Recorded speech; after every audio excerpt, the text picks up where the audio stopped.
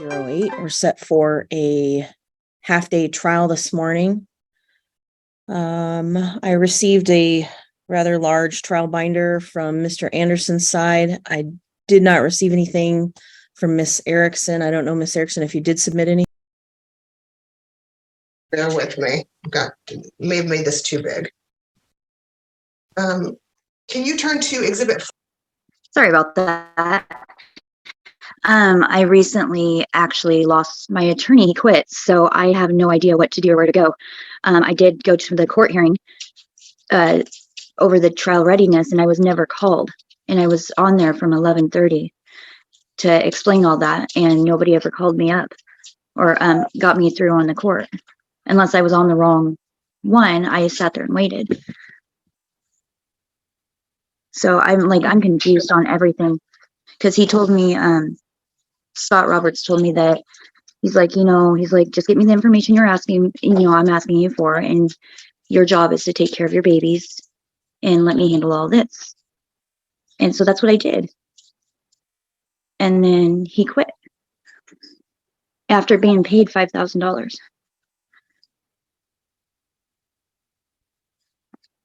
Hold on one second. It looks like the case was called for readiness on the 17th of October at 11:33 a.m. Yes, and I was on at 11:30, and nobody. It had me waiting in the waiting room the entire time, and finally, after 20 minutes, I was like, "That's a little weird." So I had to I made a phone call, and then they kind of sent me all around, and then that's when they told me, the last lady I talked to, she told me that there was only 2 people in the hearing, so it went pretty quickly, and that it was already done. Okay. When I was waiting. Do notice there was a notice of intent to withdraw from Mr. Roberts filed on the 19th of September with an effective date of September 22nd. So it's been well over a month since he's withdrawn from the case. He didn't let me know until he said that his old boss said that he wasn't allowed to tell me until a day before he was able to leave the office. And he said that his boss at the time said that it was odd, because I was like, well, why couldn't you have told me? And he said that he couldn't. His boss said that he could not tell any of his clients that he was leaving until day of or day before, something like that.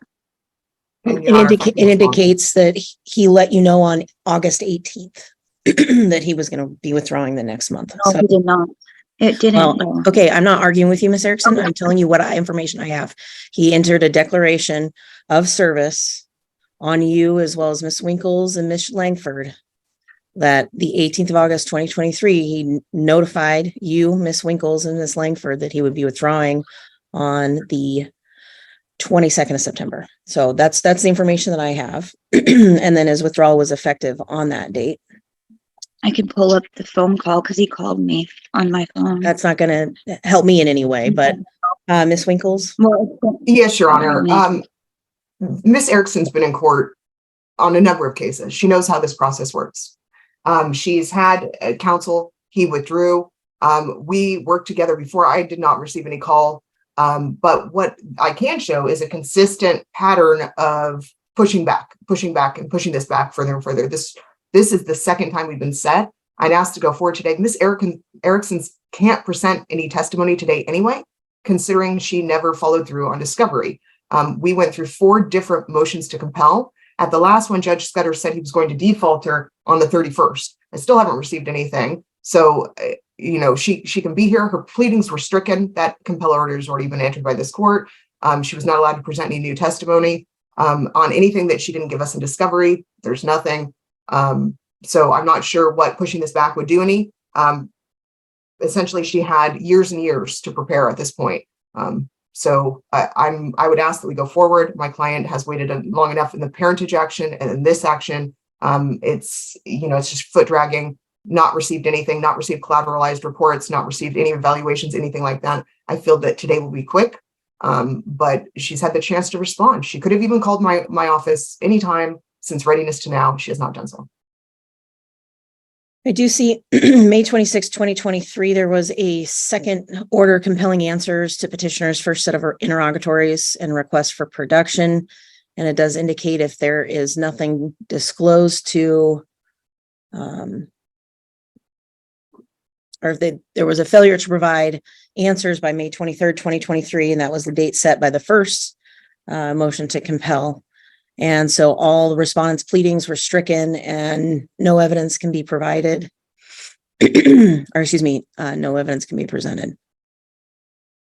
So Ms. Erickson, this it appears to me that the writing's kind of been on the wall as far as that part of this goes for at least 5 months at this point, since no discovery was ever provided to Ms. Winkle's office. And that I note is the second order. The first one was entered, looks like earlier in May. And Your Honor, we actually had a third meeting as well. Your Honor was there, said the same thing as Mr. Nelson's ruling. We just didn't put another order in, but we had that. And then again, Judge Scudder, we haven't put an order in because we said review date he said for today essentially, but it's on the 31st, really, even though it's after the trial. And that was for default at that point. Okay. All right. Well, then let's, based on those previous orders, most recent order from May of 2023 from Commissioner Nelson at the time, I think we should proceed at this point. So I'm going to allow opening statements from either side. And then we'll start with Ms. Winkles in her presentation. So any opening comments? Yes, Your Honor.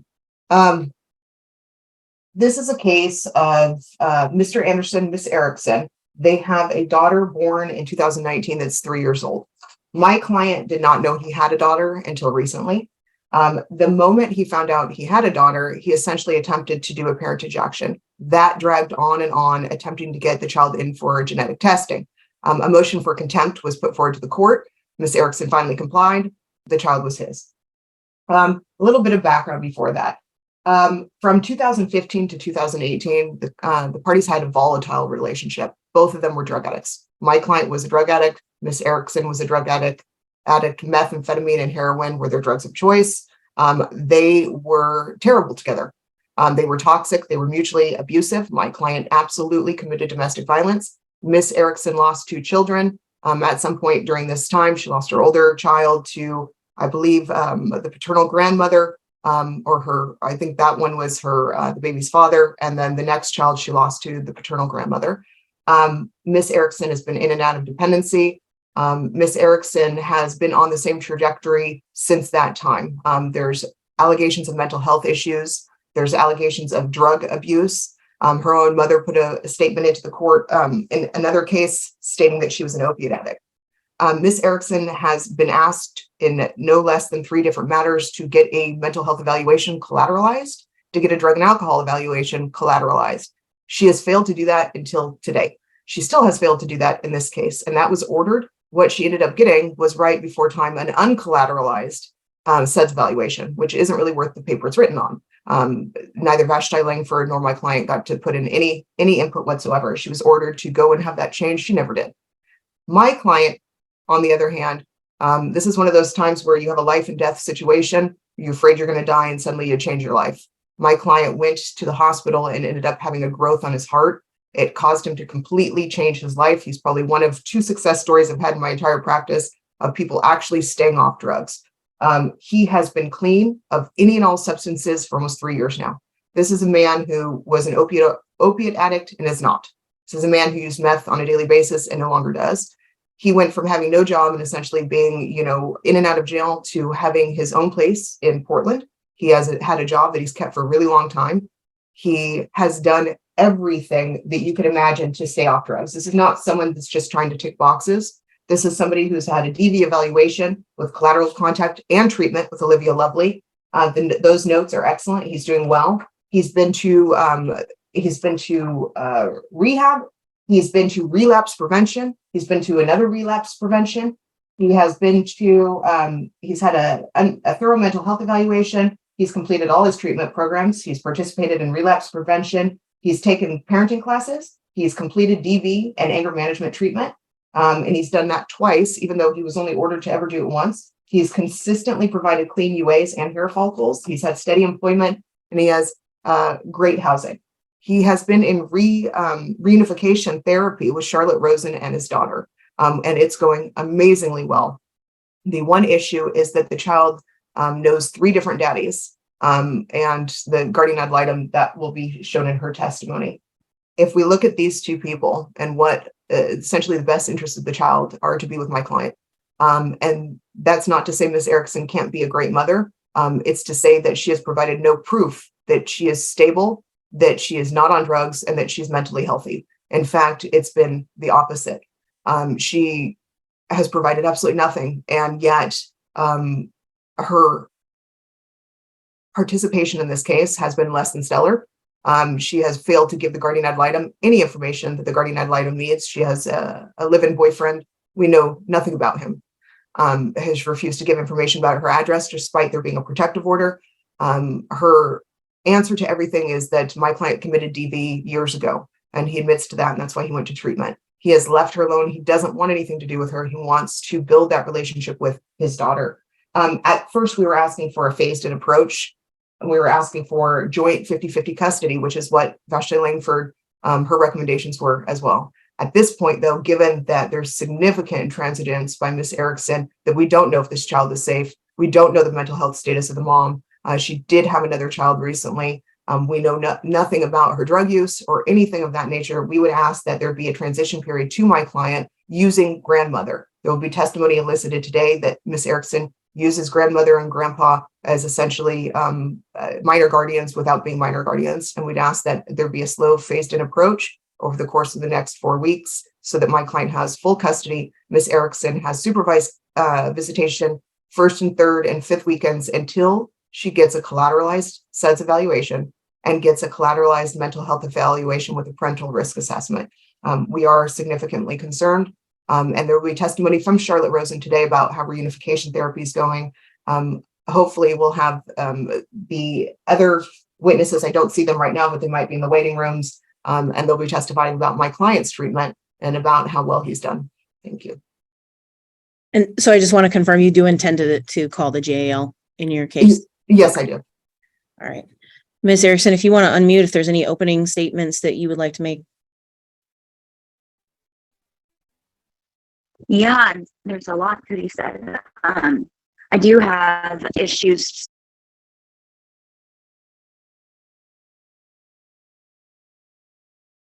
You're muted again. That's weird. I'm using my dad's phone. Sorry. I've been clean and sober for almost 6 years. It'll be 6 years in February. I have done actually 2 hair follicle tests for Mr. Anderson, including a UA for him. That was all of everything, and I passed those. My attorney had everything, all the records and everything. I have nothing. I have no access to it. Sorry, I have my dad here to help me talk. I have to ask that he not assist you in any way. He can be Okay. moral support, but he cannot tell you what to say, or that wouldn't be allowed in a courtroom. And this is mirroring a courtroom. Okay, no. Okay. But anyway, I did those, no problems, and I can do them again. I did my evaluations, and I had those also. I even had to, it was kind of it was, can't even think of the words, but no, when I got those fixed for the collateration or whatever it's called, for my mental health and everything, it took a little bit because I was talking to so many different people that it all got confused, but that's been done and over with. I honestly was confused. I confused myself. I don't know if it was because of me just having a baby, my hormones, I don't know, but I confused myself because when Vashti told me, because I asked her where I need to get those evaluations done when she came to do her interview thing with me, and I was like, well, Columbia Wellness. And I just thought that that was just the only place that you would get them at the time. Cause I've thought a lot about that. Cause I'm like, well, you know, cause it would make no sense, like you said before. But for some reason with her saying that, in my brain, I thought that they knew that that was the only, I don't even know right now. I went through a little bit of postpartum, after having the baby. That's why I've been all over the place through these court hearings and taking care of the baby on my own and my toddler. I have no live-in boyfriend. It's just me here with my children and my dog, who is not dead. And because that was mentioned that my dog died, and he's very much alive. And I really don't know what to say, because Scott, he was so helpful and he was able to speak better than I could. And that's why I reached out for an attorney. I have a hard time speaking. I have raised my child all by myself. Aaron has known about her since my pregnancy, and I put in proof of that, but they took all that out because of my emotional I just got emotionally upset and was all over the place during the court hearing. So I screwed myself, basically. But I provided evidence of him knowing about her and him going to jail. And I would reach out to him several times and nothing.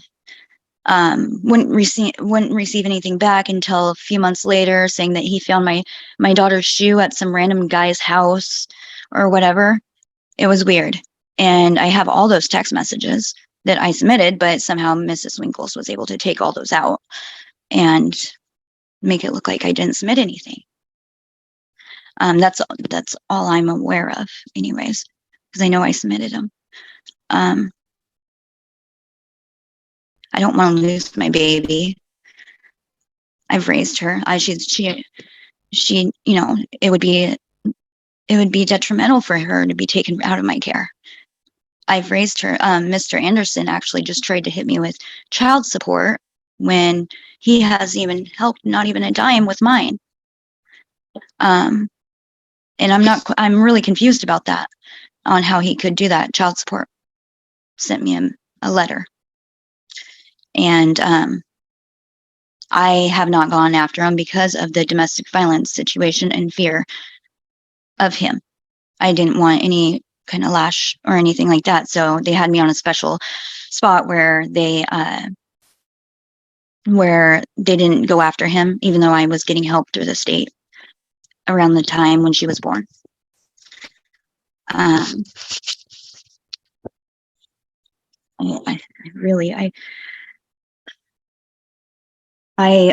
about daddies, there's only one daddy that was ever, she's the one that called him daddy. And we don't use the word daddy.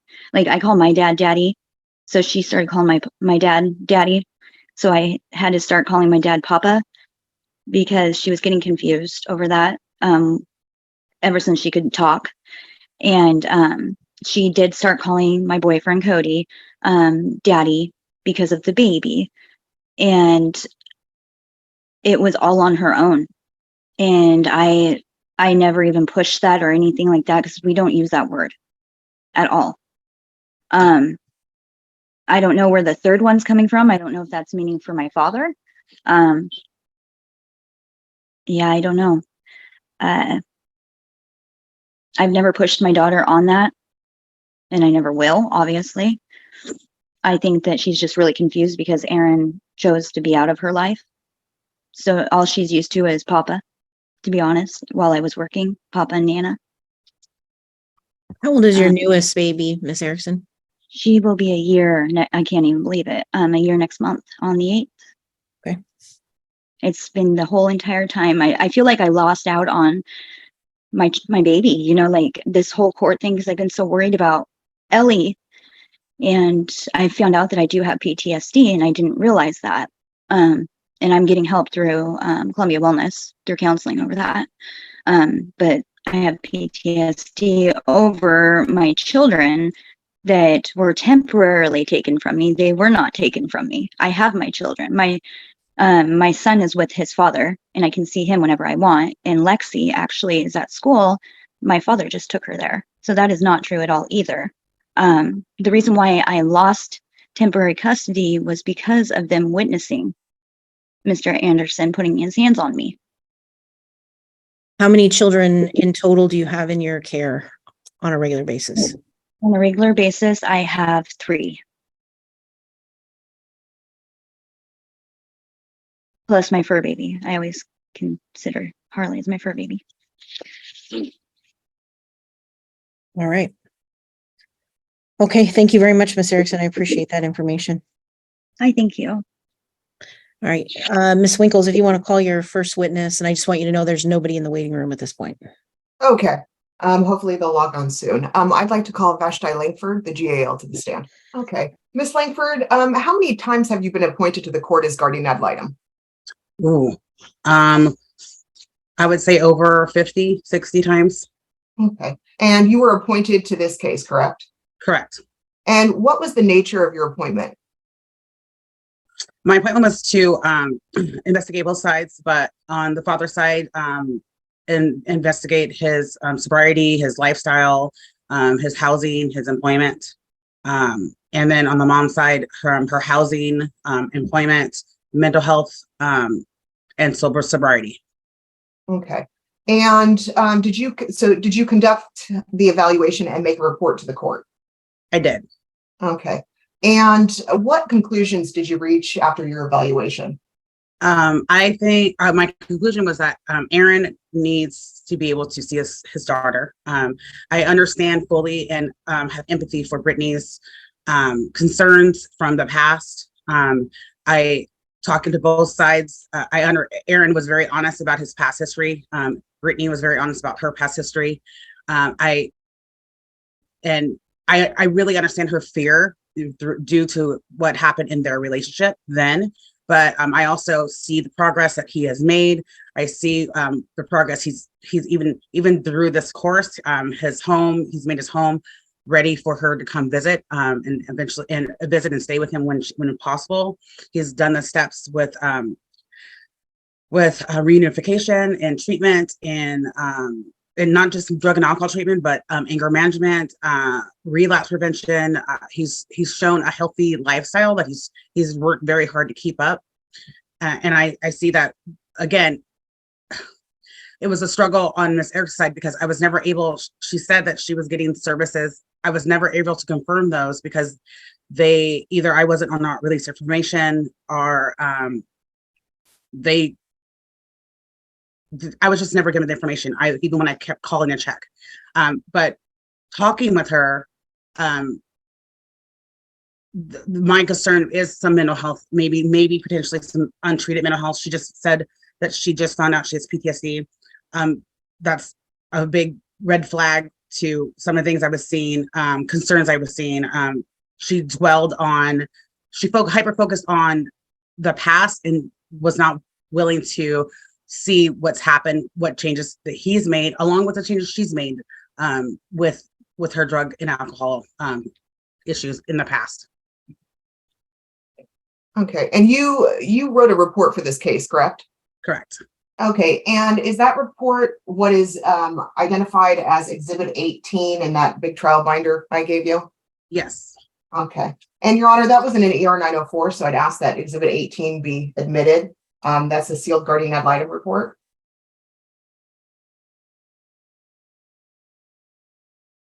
Oh, you're muted. I'll admit exhibit number 18. Okay. In that report, did you suggest that after reunification therapy that the parties move to a 50-50 schedule? Yes. Okay. And is it still your belief that the parties should have something akin to a 50-50 schedule? My concerns now, simply because she stated that she's had an evaluation for mental health and drug and alcohol. I still never received that. Her attorney actually reached out to me asking for anything that I had from her because he did not have anything. the things I've gotten from her are screenshots and pictures of things, and they're cropped, so I can't really tell what they are. They're not actual documents from the agencies that I'm needing the information from. And every time I keep asking, they need to send it to me directly. I've resent my email. I've reached out to them, and I've gotten back just a phone call saying we don't have a ROI to release anything to you, or I don't get back anything. My concern is that I don't have the right information to say she should have full custody of her child right now. It's very sporadic. I know that you've had a hard time serving her, the communications. I mean, I've been to these hearings and we just are not getting what we need. So honestly, I can't say it should be 50-50. I'm not sure without the right information. I can't say that now. When my report went in, I was feeling more confident. She was getting things done. We had the hearing. She was going to get an evaluation. She's going to do this. But since the hearing, that's none of those things, at least I have evidence of, has happened. Okay. And about how many times did you speak to mom? Verbally about 10 or 15 times, but via text and email over 60 times. And in those texts and emails that you did, or even over the phone, was there anything that stuck out to you about mom's behavior or her affect? She always went back to their past relationship and the physical abuse. And again, I totally empathize with that. I understand where she's coming from that. But no matter what I tried to talk about, it always went back there, and why he was so dangerous. And I couldn't progress past that. And on anything I asked about, it would always go back to their past relationship and the abuse. And did you speak to anyone else aside from Ms. Erickson on her behalf? I spoke with her mother or her father. I had a couple other people, but I spoke to both her older children's fathers. And I believe that's it. And what did you learn about Olivia Lovely as well. Okay. And what did you learn about her older children during your investigation? Her older child was removed from her home by the father because the child would come to visit and say that he witnessed the physical abuse and drug use with Brittany and Aaron. So he went and filed for full custody, and he has had him ever since. He was coming to visit Brittany. The father mentioned over the last, since high school, really, he started high school, the visits have been less. But he's had full custody since 2017. And was that the case where did you review any guardian ad litem reports from those other cases? No, he was not able to find the copy that he had, and I could not pull that up. Okay. And concerning her other child, what did you learn about the other child?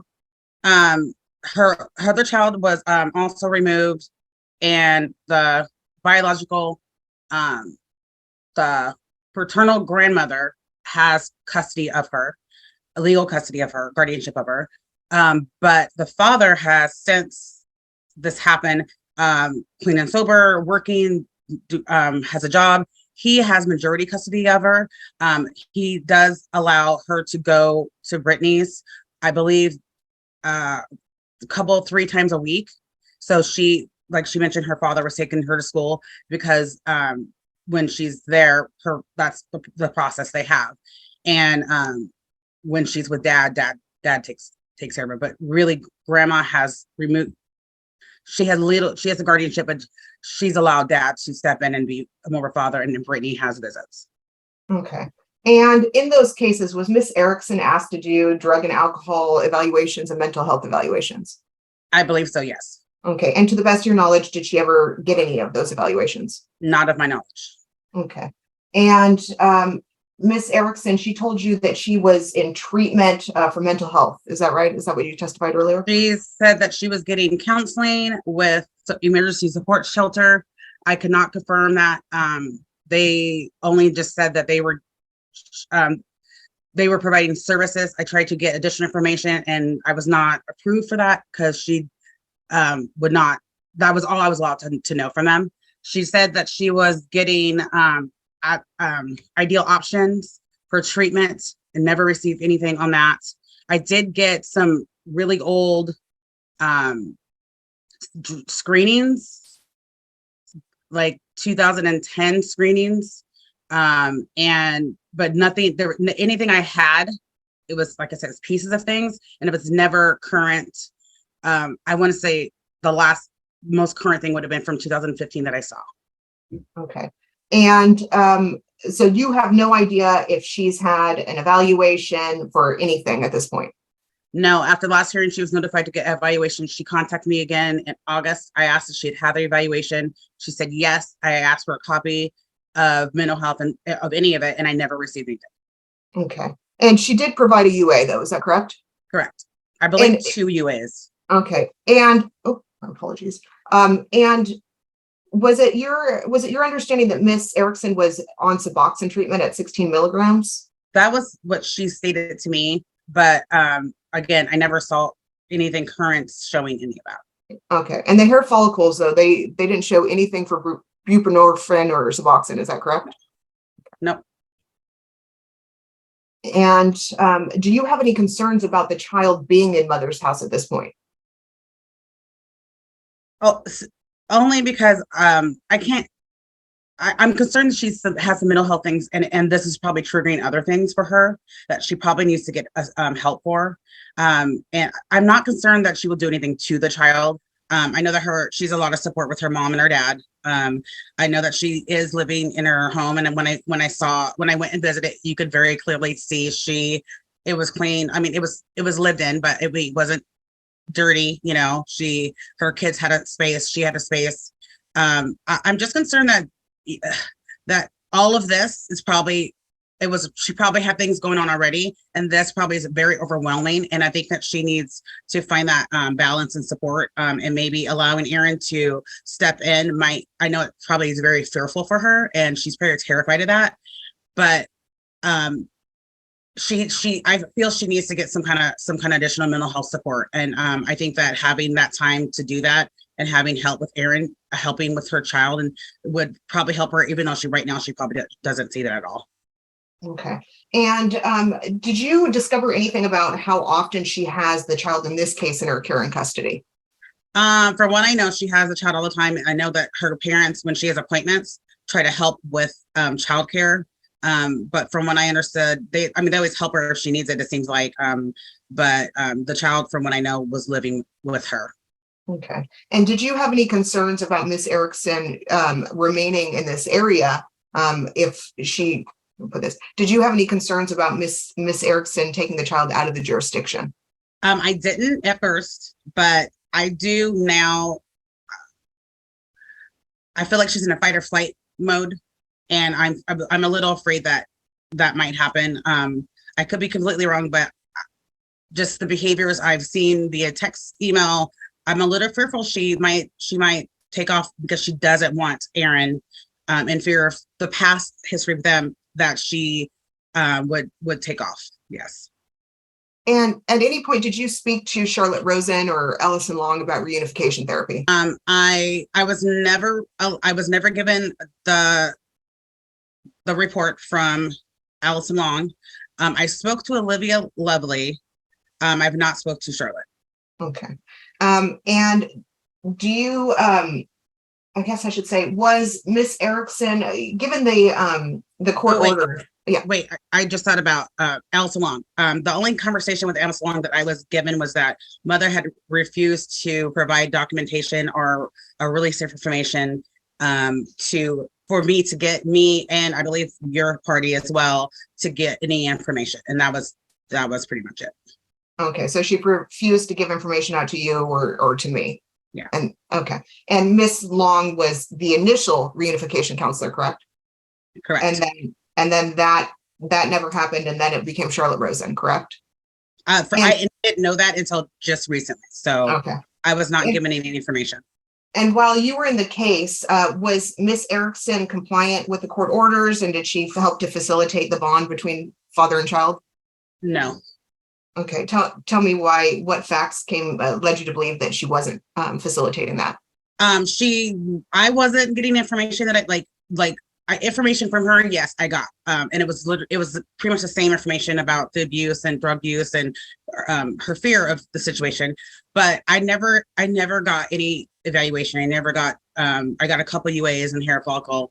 I never got any documentation from actual agencies that she said she was working with to support her mental health. I never got, I know that you never got your any information that you needed for her. She stated it was because of the address, but he already had it, which you would have, I know that we all would have taken it out.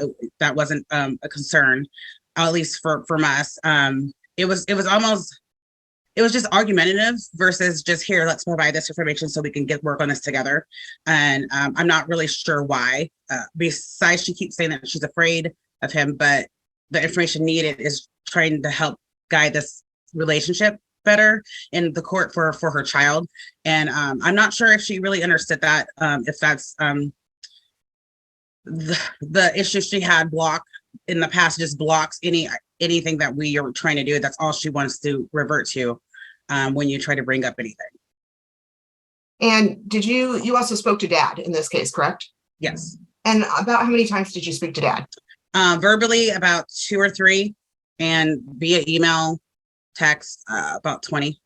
Okay. And what did you what stuck out at you about dad? That one, he was 100% honest about his past, but he showed progress even before this case. He was showing progress at improving himself. I met with people that people he had me in contact. They were the same. They talk about what his past was, which was not a very good past, and they've witnessed him progress and become a better human. They would say then I wouldn't be here telling you anything about him in a positive way. And they said they watched him completely turn around his life, get his life together. Like I said, I saw his apartment. He has a space for her. He's wanting her to come and visit. He doesn't want to rip her from her. He wants her to be safe. He wants to have a relationship with her. He doesn't want to take her away from him. If that's not what his end goal is with this. He wants his child. He now knows he has a child. He wants to be in the child's life. He wants to help support her in any way that he can. I understand. He understands the fear that she has, and he's doing the reunification. He's willing to, if she doesn't want to have contact with him in exchanges, he's willing to make that compromise. It's not about either one of them. It's about him building a relationship with his child. And during your investigation, has dad contacted mom at all in the last year? Did you discover anything about that? Not that I am aware of. Okay. And did you find any evidence that dad is still in active use of any drugs or alcohol? No. Okay. And dad has gone through anger management and domestic violence treatment. Is that correct? Correct. And you said you also spoke to Olivia Lovely? Yes, I did. Did she have anything to say about dad? Yes, she said that he was working. When she met with him, he was progressing and working very well on himself, and was hopeful that this would end in a way that they can both agree on. She had nothing but positive things to say about him, and she understands. She said the same thing I'm saying. She understands the fear that Miss Harrison has from the past, but she sees that he is doing well and he's trying to work at it. And did father have any criminal history or domestic violence history since he's been sober? Did you find any evidence of that? No, I did not. Okay. And did father seem well adjusted to you? Yes. Okay. And did his lifestyle provide a stable environment for the child? Yes. Okay. And do you believe dad would have the capacity to continue to support a relationship between child and mother? Oh, yes. Yeah. Okay. And what's your opinion about the father's capacity to care for the child? I think that he hasn't had a child live with him, so I'm grateful he's doing the reunification first. I did talk to him about some parenting classes as well. And I think that he would need supports at first, but I mean, I think he'll get used to it. He's willing to step in and help and be there for his child. He wants to do that. I think that he, like I said, doing some parenting classes and joining some parent groups, even in his areas. I know he's not in local, he's in Portland. And there's a lot of parenting options and groups there that can help support him in that. Okay. And what would your recommendations on parenting at this point? If we just look at mom first, would you have any limitations on her and your recommendations? Based off of not my report recommendations, but right now recommendations? Right now, yeah. Right now, I think that mom needs to show and go through mental health supports. I think that right now she needs supports, if that's with her mom and dad helping, to help with that reunification transition, because I think that's going to be very difficult on her when and if that happens. I think that she also probably could take some parenting classes as well, but I think that 50-50, I would almost say 75-25, and 75 being dad, but that's not immediate. That's not immediate at all. But what would you said it's not immediate. How would you see that going? I would see grandma and grandpa helping that transition with dad. And if that's being where she is with them for the other 25% of that 50, to help with that transition, that could be, if that's them doing the going to the reunifications with the child instead of Brittany, because I know that's really hard on her as well. I think that I think that maybe her responses to the situation is probably also not helping with any of the reunification process.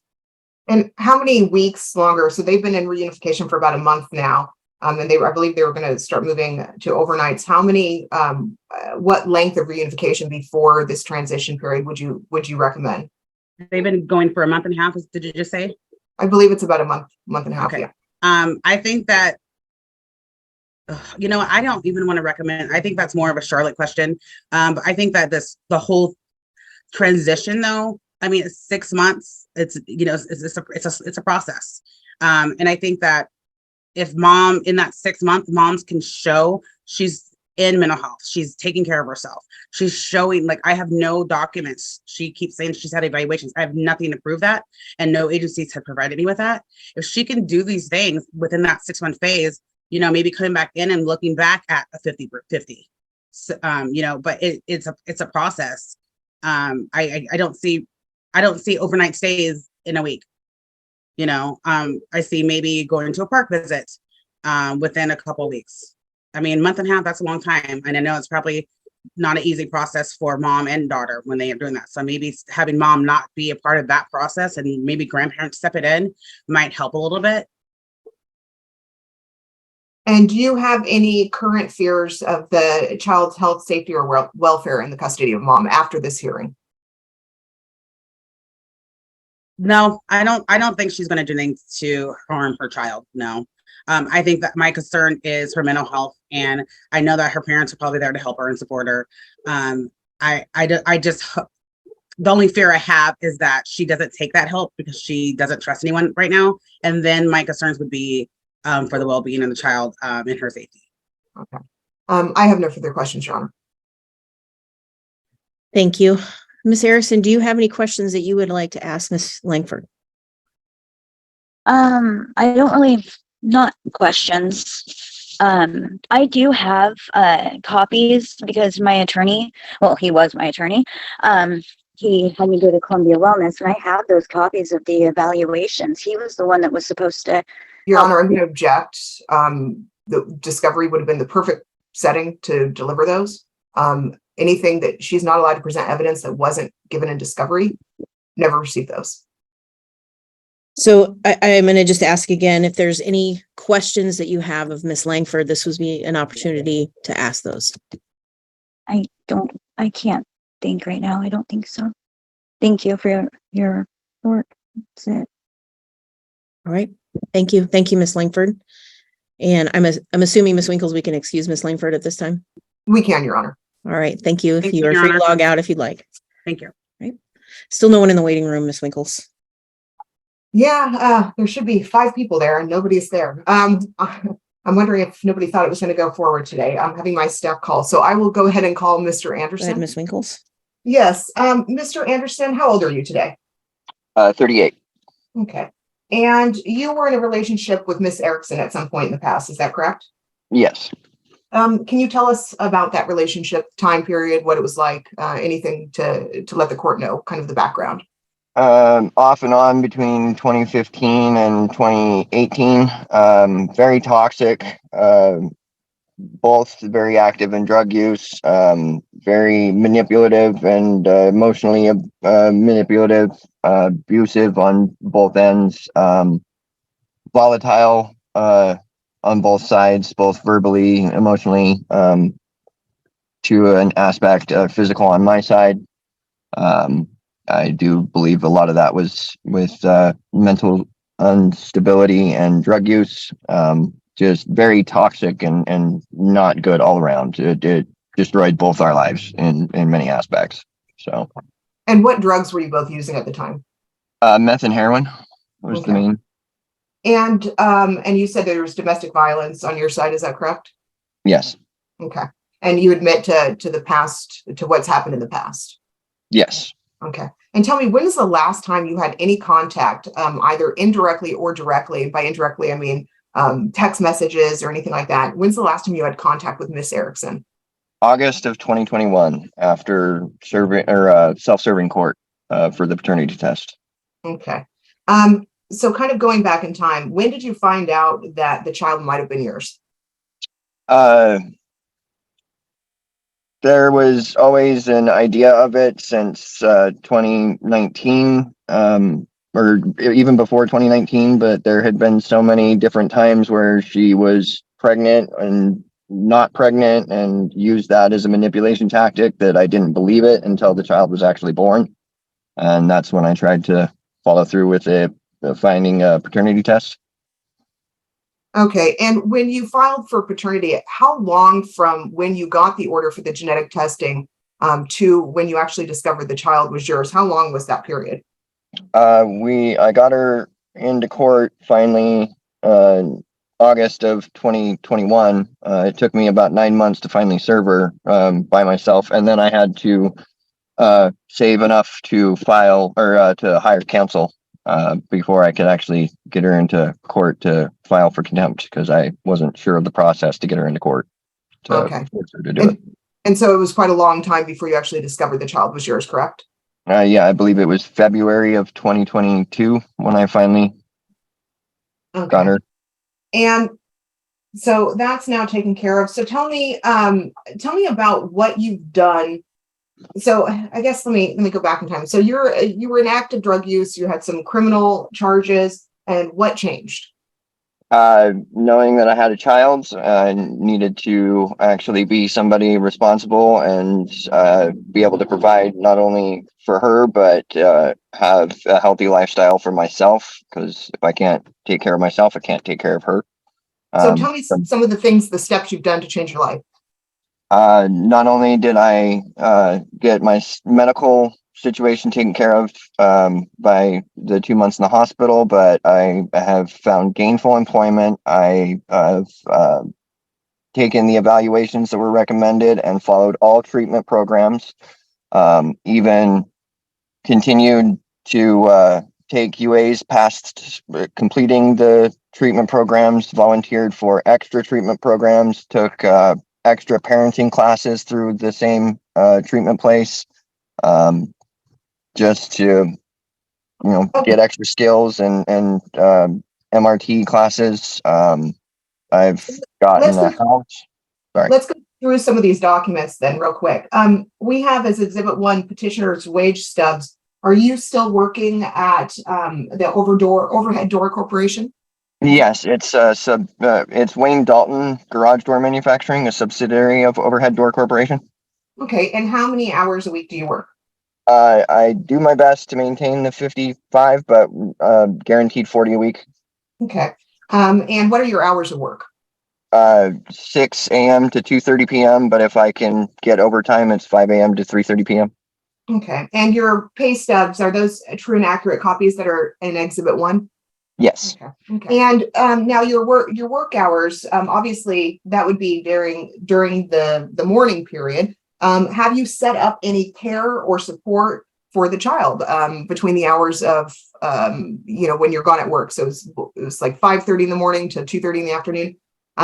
What have you done to set up some sort of support for the child?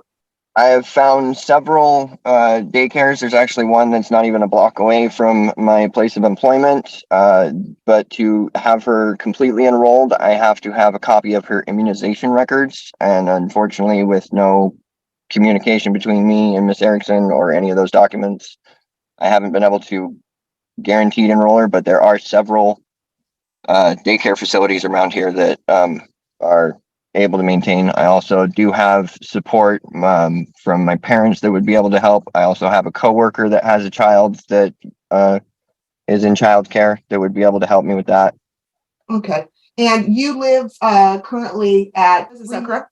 Yes, South. Okay. And is Exhibit 2, is that a copy of your lease agreement between you and the owner of that residence? Yes, American Property Management. And how long have you lived there? Since January 3rd of 2023. Okay. And do you have a room for the child ready there? Yes. Okay. And your closest support, such as your mom or someone like that help you with the child, how far away do they live? Parents are in Vader, Washington, but I do have one of the people that was one of my I'm not sure of the term, but people that talk to Vashta Langford lives here off of 82nd, just 30 blocks away from me here in Portland. Lisa Dale. She is a very close friend I've had since high school. So. Okay. And are you currently in a relationship? No, I plan on staying single and only focusing on making sure my daughter knows that she's the most important person in my life right now. I didn't want her confused or thinking someone else was more important. Okay. And if we turn to Exhibit 3, it's the LabCorp. It looks like the genetic testing. Is that a true and accurate copy of the genetic results showing that you're the father of the child? Yes. And so we'll go and talk about some of the evaluations you've done, but let's talk about some parenting classes. Tell me about the parenting classes you've taken. Parenting and family values. It's not only about skills, but it was also included in MRT. I'm not sure what the abbreviation is, but it focused on faults that might have been caused due to drug addiction or mental health issues and how to overcome them and how to gain coping skills with stresses and anxieties and how to work through them instead of falling into bad habits of relapse and old habits of drug use and self medicating situations. And how long have you been free of drugs and alcohol? Almost 3 years now. Since I want to say 2019. I don't have the exact date in my head.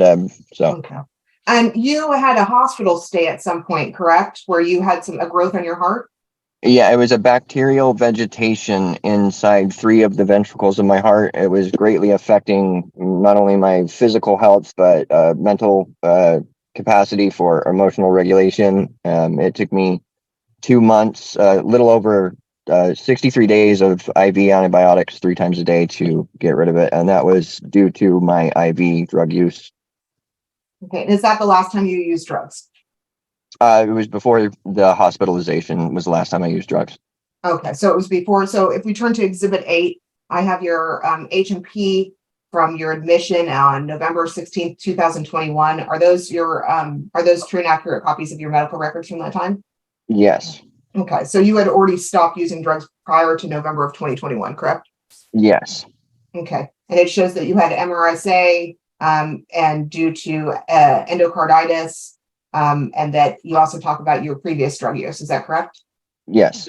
Okay. And Your Honor, I'd ask to admit Exhibit 8 into evidence. It was also part of the ER 904. Right, 8 will be admitted. So you get out of the hospital, you're clean, you've taken these parenting classes. Did you also take children in between? Yes, that was the first one I took. Okay. And what did you learn in children in between? It's key not to use a child as a tool or a weapon to try and conflict resolute or even use for confliction between parents that are not getting along. A child is a child. You don't need to and have them for adult situations. It's between the parents. It's not for the child. It's to work together for the benefit of the child, not not use the child as a manipulation tool. Okay. And is this at Exhibit 4, that children in between, is that your certificate of completion of children in between? Yes. Okay. And Your Honor, again, I'd ask to admit Exhibit 4 into evidence. It was part of the ER 904. Or will be admitted. Okay. So you also, you've learned children in between in these other classes. After 22, so you said you had no contact with Miss Erickson since 2021, correct? Yes. And Except have for you- legal counsel. Okay. Sorry. And have you known where she lived? Or prior to the domestic violence restraining order being re-upped, did you know where she lived? I knew of the area because I was trying to serve her personally. And I never had actually seen her in her house, or I tried to have other people serve her there, but I had never actually physically stopped at her house, but I knew of the address through Okay. social media. So even though you knew of the address, and at some point there was no protection order in place, correct? Yes. Okay. And during the time when there was no protection order in place and when you knew of the address, did you ever go over to that house? No. Did you ever do anything to contact her in any way? No. Knowing the toxic nature between us and fear of my own freedom and what would inspire if there was face-to-face contact without some sort of mediator there. No, I had no contact with her. Okay. Do you have any desire to have any sort of contact in the future with Miss Erickson outside of our family wizard or something like that with the child? No, not unless it is absolutely necessary to deal with something that's going on with our daughter. There's no need for it. We obviously are way too toxic and volatile with each other when we interact. Okay. And speaking of kind of that volatility, have you had any domestic violence evaluations or treatment? Yes, I have had the evaluation and I have completed domestic violence, interpersonal recovery, and anger management treatment courses.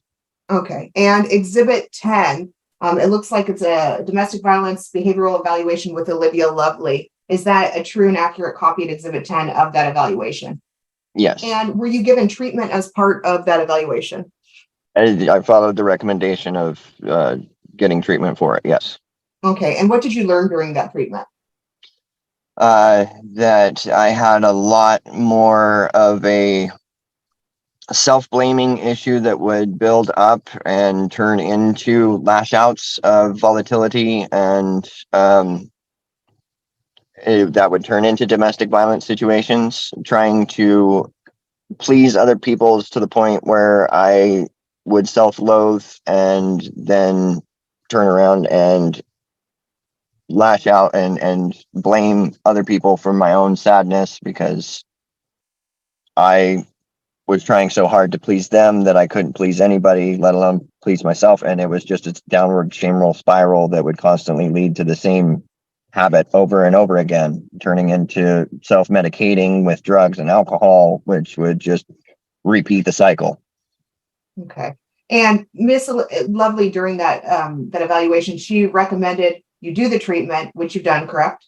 Yes. And she recommended a mental health evaluation. Did you do that? I have done 3 of them so far. Okay. And she recommended you continue with SUDS treatment. Did you do that? Yes, I did drug treatment and relapse prevention treatment. Okay. And she also recommended children in between, which you also did, correct? Yes. So is it true, as a pretty true assessment, that anything Olivia Lovely told you to do, you did? Yes.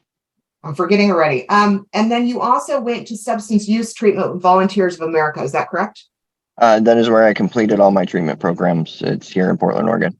Okay. And tell me about those treatment programs. How long were they? What were they?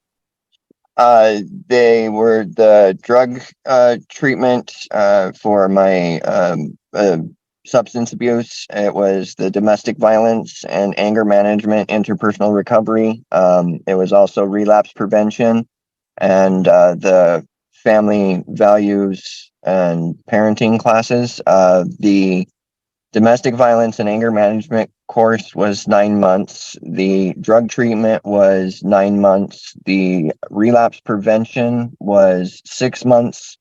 And the parenting and family values was 12 weeks. Okay. And what was the name of your SUDS treatment administrator? Dietrich McDaniel. Okay. And Exhibit 11, is that a true and accurate copy of your enrollment verification in SUDS as of October 13th, 2022? That is a verification that I was enrolled. I was actually enrolled June 5th of 2022. So I might not have gotten that properly into you. Okay. And so, Your Honor, I'd ask to admit Exhibit 11 into evidence.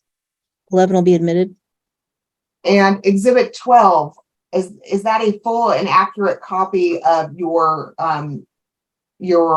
drug treatment and mental health and counseling notes from your time at Volunteers of America? Yes. Since you've been clean, about how many urinalysis or hair follicles or any sort of drug tests have you done? I was on random weekly tests from June 15th of 2022, and I continued them until I believe May of 2023, and I have done one of the 90-day hair follicles. I want to say May of 2023. I can't remember exactly when I did it, but. And were any of them positive for anything that you were not medically prescribed?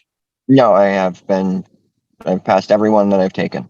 Okay. And a history outline of all those negative UAs, those are all included in that Exhibit 12. Is that correct?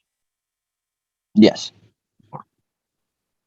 And so you've done all this treatment and you get to the court, you find out the child's yours, you set up, you have stable housing, you have a stable job, you have a support network.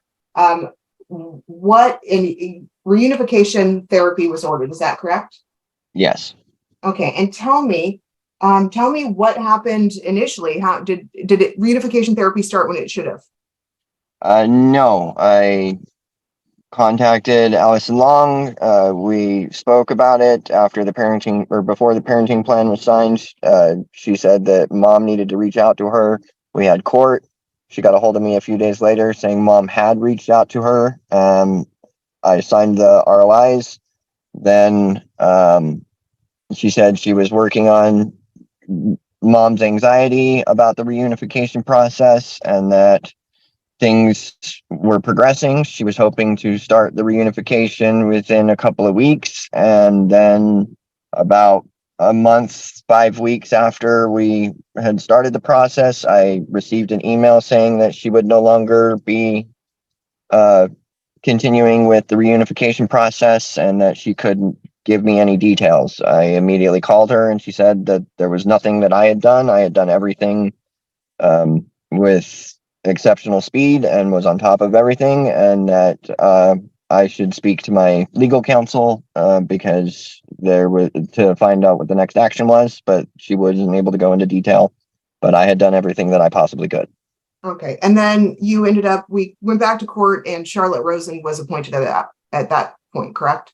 Yes. Okay. And when did you start reunification with Charlotte Rosen?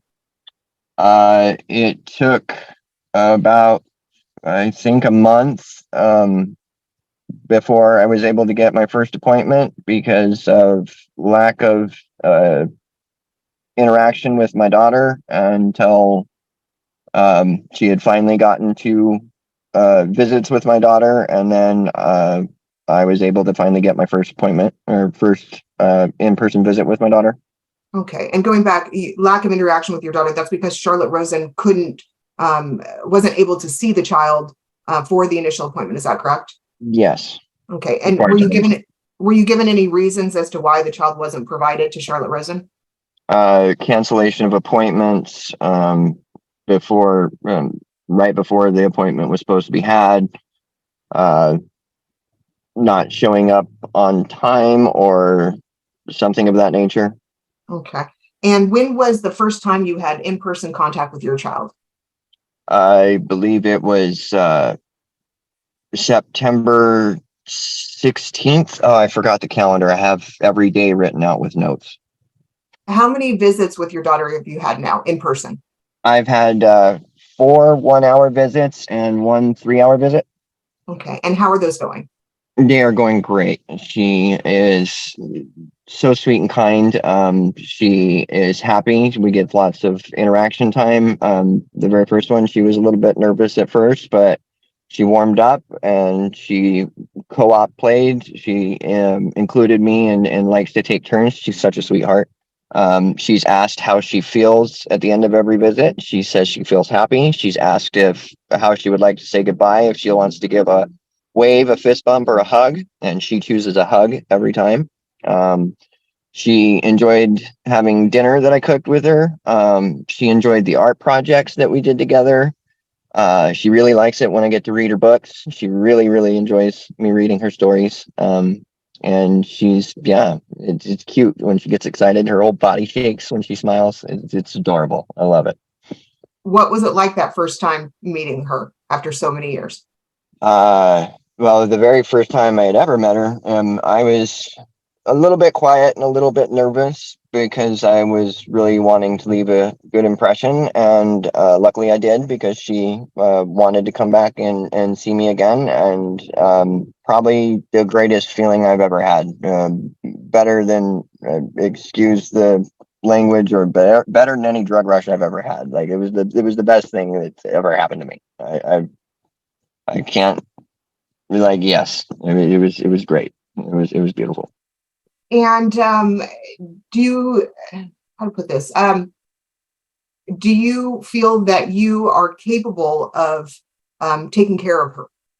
Absolutely. My only focus is making sure that she is happy, healthy, safe, and finding her an education to a higher standard, not just a mediocre education. I want to find a way to get her into higher end schools, starting her off with,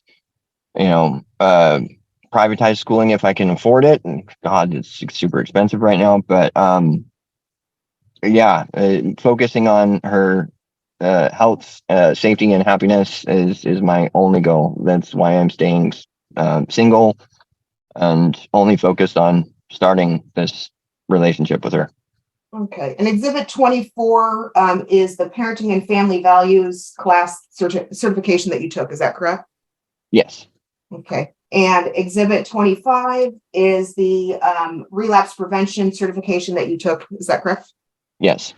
And Exhibit 26 is the interpersonal recovery cognitive skills group that you took, correct? Yes, that is 3 classes rolled into one. That's the anger management, domestic violence, and drug treatment. So your daughter's not in not potty training, is that correct? It seems that she is still in a pull-up. Yeah. Okay, so your daughter's still using a pull-up. Yes. The last visit. Okay. Was there any concerns that you had about your daughter's overall health or mental health, or was there anything that concerns you during the visits? It seems that I'm concerned that she's not having enough of someone paying enough attention to try and help develop her, such as potty training, focusing on getting her simple education up, like, basic alphabet and numeric things up. I mean, she's almost 4. She'll be going to school soon. And as far as I know, she's not in preschool. Like I said, education is a big thing for me. I want her to excel, not be behind when she gets into kindergarten. But I will say that she is very observant. She has an intelligence to her. She's able to figure things out on her own very quickly. She's very kind and interactive. She does pick up after herself quite a bit, but I am worried that the fact that she's, doesn't seem to want to potty train or isn't engaging in potty training might be because someone's not putting in the time to try and help. Okay. And given your toxic history with Ms. Erickson, how would you, if you would at all, facilitate the relationship between the child and her mom? If need be, a professional mediator. It seems that her father is willing to interact and show and be willing to interact with me. He's the one that set up the video visits. How are those visits going? We were doing the video visits until in-person visits were happening. Video visits were good. She would talk with me. She would interact with me. She was very confused on why she was doing it because we hadn't met yet, but she would at least tell me about her toys. She would tell me about the show that she liked. And the paternal, or the mother's father, he was the one that facilitated those, correct? Yes. And do you have any concerns about the child being in Miss Erickson's care? I'm afraid that,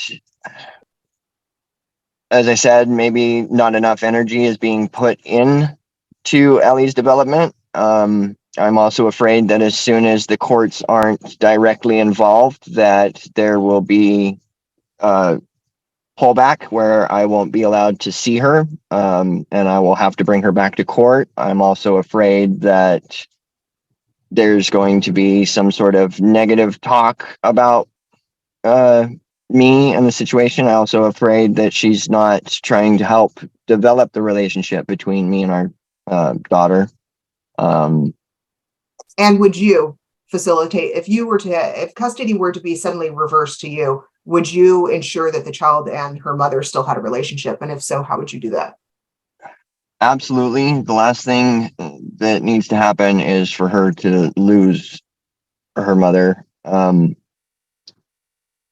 The way to facilitate it would have to be some sort of mediator until she can find the ability for us to communicate, but all communication would have to be done through some sort of like Talking Parents app so that it all can be recorded. It would have to be, all transfers would have to be done, I believe, at a police station, because I cannot trust that there wouldn't be some sort of allegation or something negative and toxic, that volatile, to happen between us if there wasn't some sort of mediation or recording situation. Okay. But, and at this current time right now, what are you looking for in terms of the parenting plan? I'm not exactly sure how to answer that. I would prefer to have, I don't want to say I want to take custody, but I do believe that would be best at this point in time until her mother is able to stabilize and actually start cooperating with the situation. And then after the mother stabilizes and gets, I'll get there in a second. After the mother stabilizes, would you be interested in more of a 50-50 plan, or what was your end goal once mother stabilized? If she can cooperate, yes, I would like to have at least a 70-25, but it would be amazing to be able to work where we can actually work together for the benefit of the child. But I just don't see that happening with the way that she has fought this tooth and nail, tried to find every way that she can to prevent me from ever even having a relationship with her. I don't see her being able to work with me in any way. So you've had to take her to court on several contempt actions, is that correct? Yes, the only way she's willing to do what she's court ordered to do is when she's facing negative consequences for not doing it. Okay, and just to kind of get some of the exhibits out of the way, Exhibit 15 is the May 15th, 2023 hair follicle. Is that a true and accurate copy of that negative test? Yes. Did you pay for Allison Long to do the reunification beforehand? I had paid her to process paperwork, and I had her ready to take the retainer, or the retainer is what it's called. She said that she wasn't going to accept the retainer until she had mother ready to actually engage in the reunification process, because she didn't want to have to go through the process of reimbursing me. So, okay. And then ultimately it didn't happen. And she sent you an email at Exhibit 19. Is that a true and accurate copy of that email? yes. And Your Honor, I'd ask to admit, not for the truth of the matter asserted, but just to show that he did contact Allison Long at Exhibit 19. All right, 19 will be admitted. And then obviously we have the contempt hearing. Exhibit 23 is just an order to show cause for the contempt hearing. Do you remember the outcome of that contempt hearing? Yes, she was found in contempt due to the fact that she was not engaging in the reunification process, and she was dragging her feet toward it improperly. She was told to start video visits that day because there was she needed to engage in letting me start a relationship with my daughter, and that's normally not the process. And did she do so? Yes, I did actually get my first video visit that day.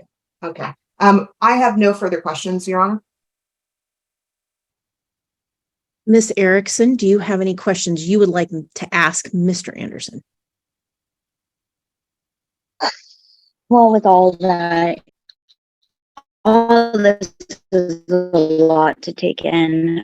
Sorry, the baby's starting to cry.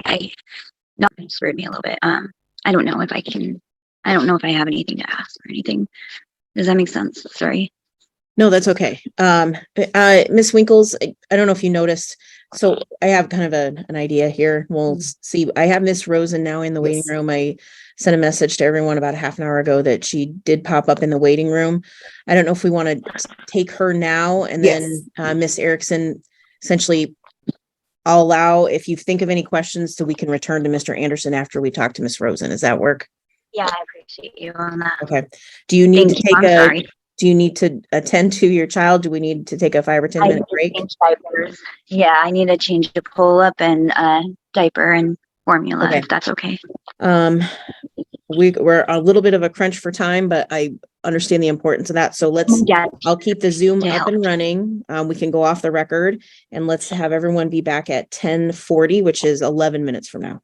And then can you tell me what you do for as a career? Yes. I'm a licensed mental health counselor here in Cowlitz County, Washington. I have my private practice that I manage for a number of counselors, counseling services, and associates. And in that practice, I do individual and family counseling and reunification therapy. Okay. And have you been appointed in this case as the reunification therapist? Yes. Okay. And tell me, when did you begin or try that again? When were you appointed on this matter? I'm not sure the actual date that I was appointed, but I know that I began services in July, meeting with the father of this year. Okay. And so you began meeting with the father. How many times did you meet with the father before meeting the child? I had 3 visits with the father. Okay. And during those visits, how did Mr. Anderson present to you? He was quite prepared for the visits. He was able to share with me the classes and information that he had gathered in preparation for reunification, as well as talking about quite openly and honestly, I think, his history that had previously been dysfunctional, and that he had addressed those issues, how he'd addressed them, and the steps he was taking to maintain a better lifestyle now. Okay. And during your interactions with him, what he said, have you seen put into practice? Have you seen his actual behavior correlate to what he shared with you? I think a number of things really stand out in his approach to the reunification counseling. He is always not only adequately prepared, but pre-prepared for all of the visits with appropriate questions, supplies, bringing the right child-appropriate things to the visits, thinking ahead to ask questions about what would make his daughter more comfortable, and also making sure that the business details of the process were taken care of, making sure his paperwork was adequately done on time, that he had Zoom links or would be in person, or that he was caught up financially. So he's typically been a step ahead of me actually in that process. Okay. And were you able to meet with the mother? Yes, I was also able, and I lost the word for a second. Did you say the mother? Mother, yes. Yes, I was. Okay. And were things easygoing with the mother in order to set this process up? Actually, there were a number of challenges in that process. Yeah, quite a few. In part, I think some of the challenges, the mother shared that she was very emotional about the process. And the first couple of contacts had to do with, I think, mother expressing the emotional overwhelm that she felt about beginning this process and some of the traumatic history that she felt she had. The details of the process were very challenging, though. I noted that I've had 7 contacts with mom, and the sessions themselves were sometimes difficult, often most likely because of coming late, 10 minutes. I think 3 of the visits were 20 minutes late. One was a no-show. One I canceled because she was 30 minutes late and still trying to come, so I just went ahead and canceled it. So that part also made it difficult. There's just felt like there was always a tremendous amount of chaos. Sometimes some explanations, although they were chaotic too, but that very much affected our ability to move forward in a timely manner. Okay. And did you have any concerns about mother, given that what you do for a living and your expertise? Did you have any concerns about mother after your interactions with her? Well, I guess I would just echo what the mother told me, is that she felt very overwhelmed, that her life, she shared, was often chaotic, that she said she had problems with some time management, that just there was always a struggle or something that would interfere. The last visit I had with her before I started reunifying, I asked that she show up 30 minutes ahead for every appointment so that I would know for sure that her child wouldn't be distressed by the process, because that's always our focus, is child-centered. And that seemed to help to make sure that she was trying to arrive at least a half an hour before the scheduled appointment. Okay. And in the interactions between the child and the father, how have those been going? Well, I will say that something is going right in this little girl's life. She is bright, articulate, clean, well-dressed. She appropriately shy upon meeting her based on her age and stage of development, but very polite and easygoing. She's definitely had some positive input in her life, for sure, to, I think, create that level of health in her emotional health. The contacts with her father have gone extremely well, and in some ways quicker than I would have expected. I was quite curious in this case. They had a video visit or 2 before they'd ever really met in person. But by the time they came to my office, after the first initial moments of shyness, they did very well. Aaron was prepared. He was quiet and followed the pace of his daughter, listened to all the encouragement and instructions that he was given about what would make the visit work. And it went really quite spectacularly well. And I don't use that word often, but it went quite well. I sent photos to both parents of how the visits went. They engaged in age-appropriate activities.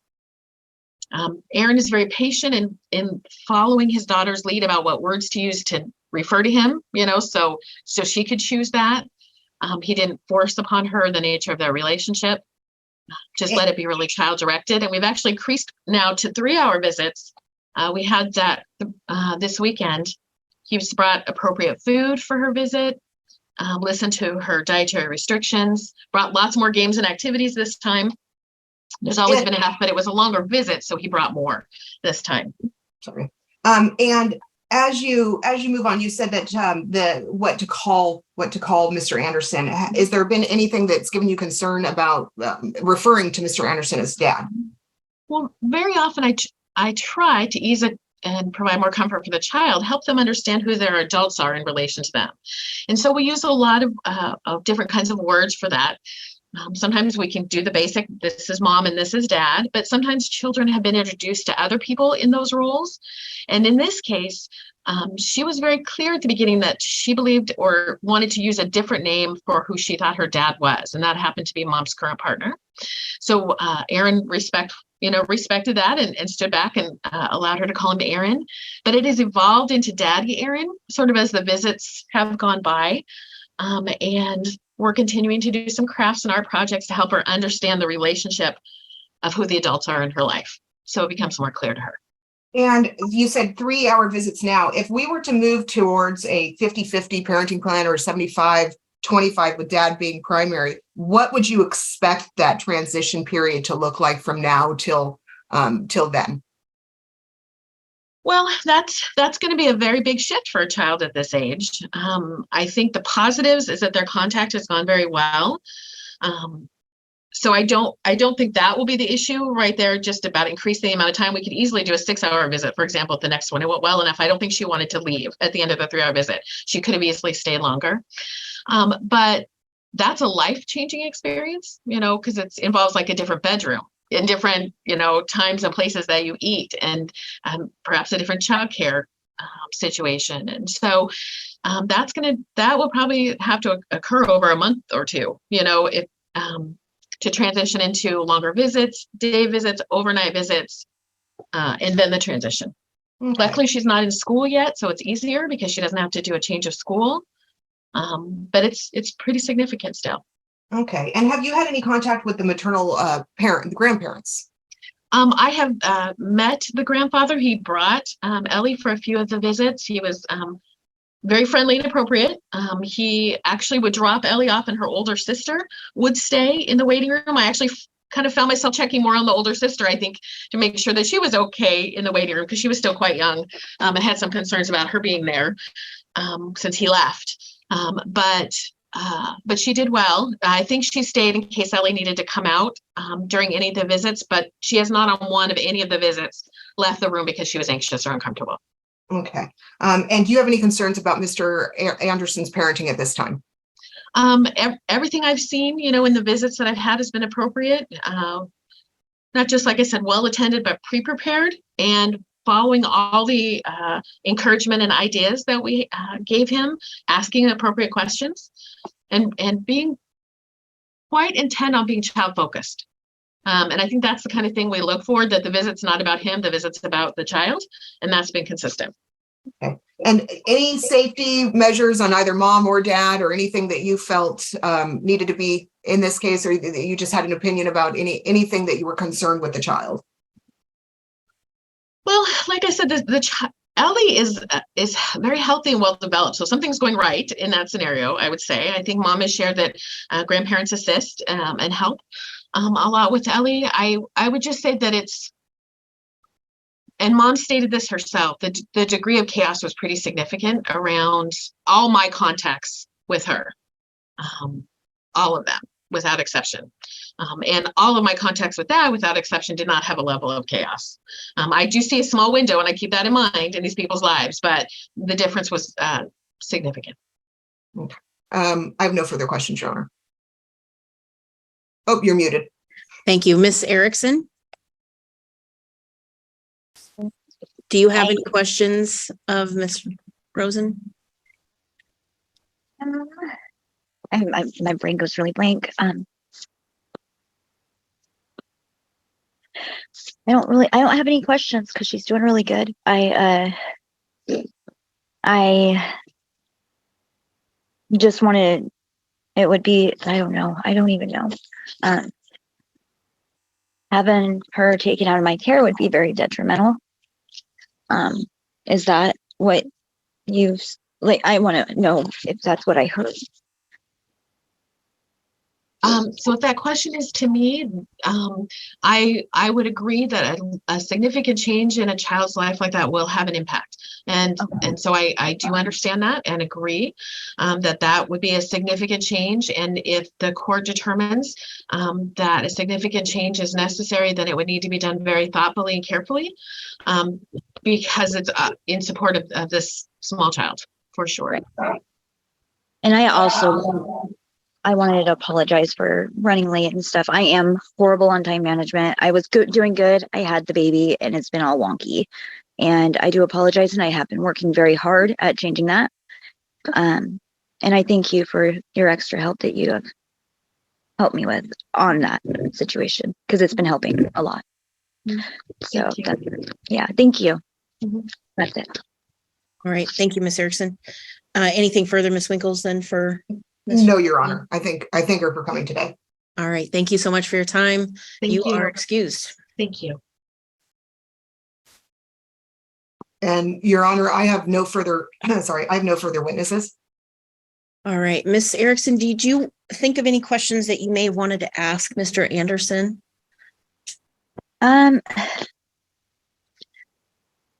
I just don't want to say something that's not appropriate if it comes out wrong. You know what I'm saying? Like, I don't want to ask the wrong thing. I understand that you're nervous, and I understand that you're not an attorney, and this is probably a pretty emotional process. And so I want you to feel as comfortable as you can. So don't worry about phrasing. If whatever, if you have some questions you feel that you need to ask or want to hear the answers to, by all means, just at least try to ask them. Okay.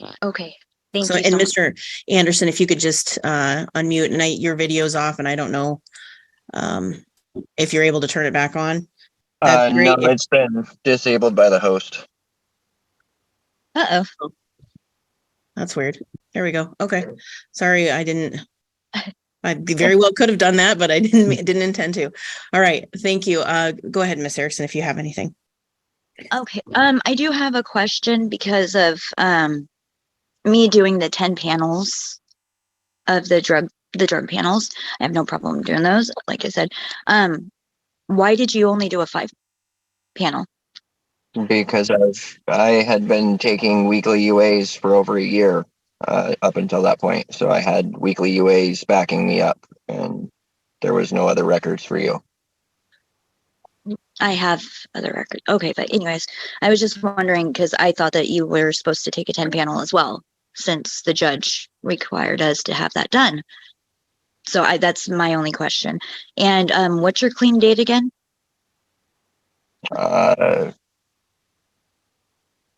Something around, it was before 2020, before I went to the hospital. So You said 2021 though first. I'm in yeah, before I sobriety went to the very, hospital. very seriously. I just want to put that out there. The infection in my heart caused quite a bit of mental incapacity. Like, it caused me some actual problems in my brain because it was blocking almost 40% of the blood flow in my body. So I actually had some issues with memory. So Okay. these are things that I'm dealing with on that. Yep. And this is really, it's hard because I am not an attorney. And I don't even know courts. And when and if Ellie comes and visits at your place, will you have the proper things of her allergies to take care of? Would you take care of her allergies? I actually would like to put her on my health insurance that I have, but I need to get the information to do that but I need the information. All I know is that she has a dairy allergy. I don't have any of this information because we don't have any communication.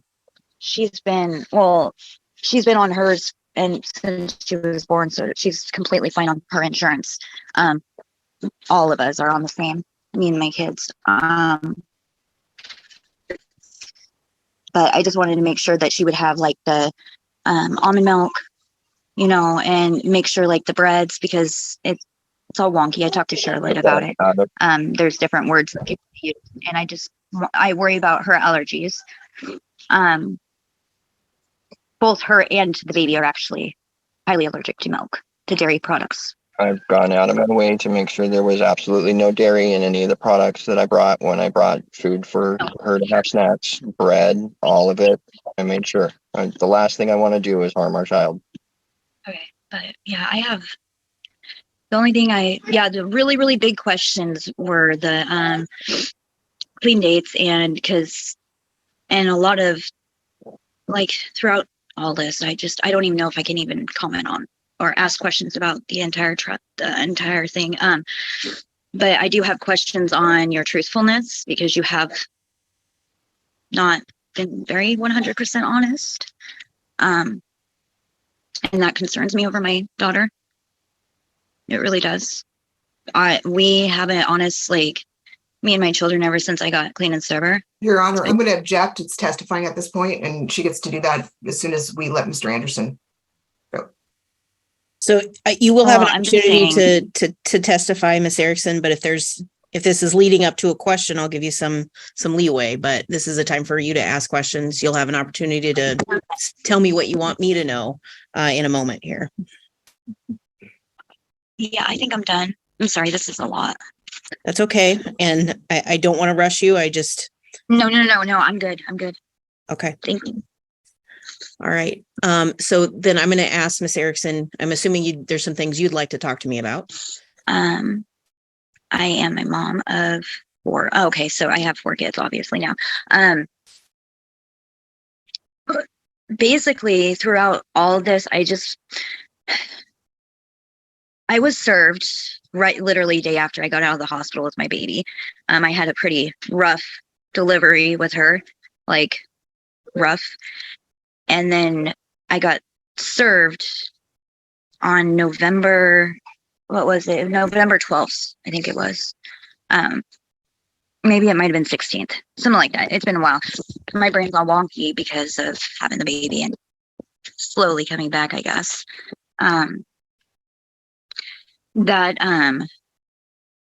That's what caused me to go all, like, really get all upset and stuff. I didn't know how to explain my emotions, or even I didn't understand any of what I was being sent, and I still don't.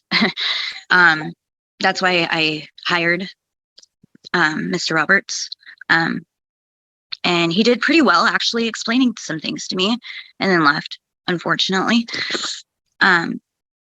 But a lot of the things that I received, I really truly didn't understand. When bringing up the cases of my past children, those were years upon years upon years ago, and I didn't even know it then. I don't know it now. I just kind of want to make it very known that I work because I didn't have the money for an attorney. My boyfriend was able to do some overtime in order to get that and give it to me on my birthday, which was an awesome birthday gift. Anyways, so, everything before that, having the baby, and then not even a month later, I got a tubal done. So that really threw me into a complete whack, and having to go to court every week, basically, and being told I was going to have my child, getting letters stating that they wanted to take my baby from me, when I've been completely the only one to raise her. It's been really emotional, and I think that's why I've been so overly emotional, because I don't want to lose my daughter like I did.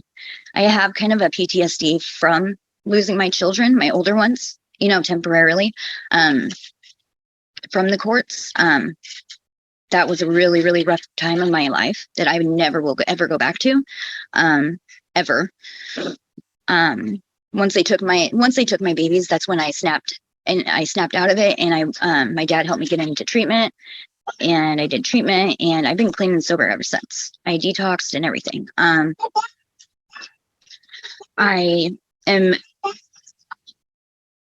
currently actually able to be a stay-at-home mom, which I'm loving right now.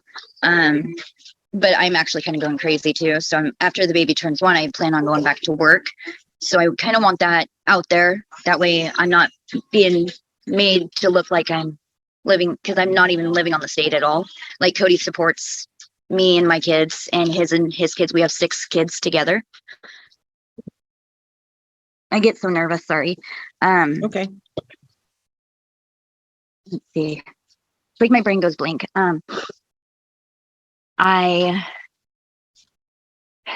with my whole mental health stuff, I did do the evaluations, like I've said. I do have an extra set of copy because I went in and got the copies for my attorney. My attorney was supposed to hand that all over to them. And now I didn't have any idea that none of that happened. He told me everything was taken care of. Like I said, he told me just to, get what he needs. And then for me to just only worry about my kids. And honestly, that was the biggest relief from having to go, to court every week and be all crazy and like afraid I'm losing my baby, to being able to be a mom. And it really, it helped a lot. So when he told me he was leaving, it's like, I don't know. It went back to being like, I kind of feel dumb in court. Does that make sense? I've never been in trouble. I've never been arrested or anything like that. Like I said, I'm clean and sober for 6 years, almost. It'll be February 9th, 2018 is my sober date. And I take sobriety very, very seriously. Like very seriously, because I've been doing it, like I'm getting my kids back. And with Lexi, that's not, with what Vashti had said, I was a little confused because Joshua is not supposed to have any kind of contact with Lexi, but that's another court hearing from now, kind of a deal. It's only supposed to be the grandmother, and I was supposed to have her back like 2 years ago. But she's not wanting to give up my child. And I get nervous, as you can tell, when it comes to courts. I don't understand them. And I don't have the funding to continuously pay an attorney because I take care of my children. The potty training, actually, I had Ellie potty trained. It took me a week. I was so proud. She was completely potty trained and everything, and I was pregnant. And we did a calendar and we did stickers and stuff, and she got a big prize. She was all happy. The moment I had Finley was when it just reversed. It's like she went back to diapers, and I felt like I was doing something wrong.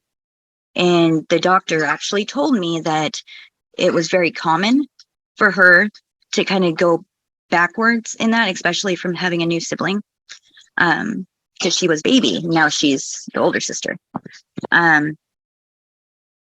And I've talked to them several times about, because I've questioned on, because I felt like, because she had it done, she was doing great, like freaking no accidents, no nothing, and then it was just bam. So like I actually talk with her doctor and other pediatricians on different ways on helping her regain that kind of, because she was so proud, I can't really use all the right words. I'm sorry.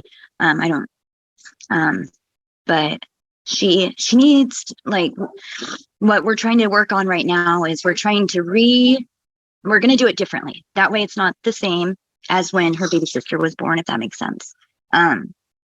That way it's a new thing for her, and we're currently working on that. My parents have been working with her, because the times that I need breaks or whatever, they take the kids or whatever, and it's only for like an hour or two. Anyways, my parents have said that Ellie has gone potty on the potty every single time, just like she does at home. I'm wondering if maybe she wasn't too comfortable, during there's a lot of toys going on or whatever, and she didn't want to stop playing, maybe, is why she was continuously using her pull-up during the reunification, but normally she is using the potty. I want to put that out there. I should have wrote down everything. I'm so sorry. You're doing fine. Thank you. What else? Can I ask you a question? Yes, absolutely. What do you think would be ideal? What would be a good situation for a parenting plan? Because clearly we need a parenting plan. We have an identified father. The father wants to be a part of this child's life. What do you think would be appropriate?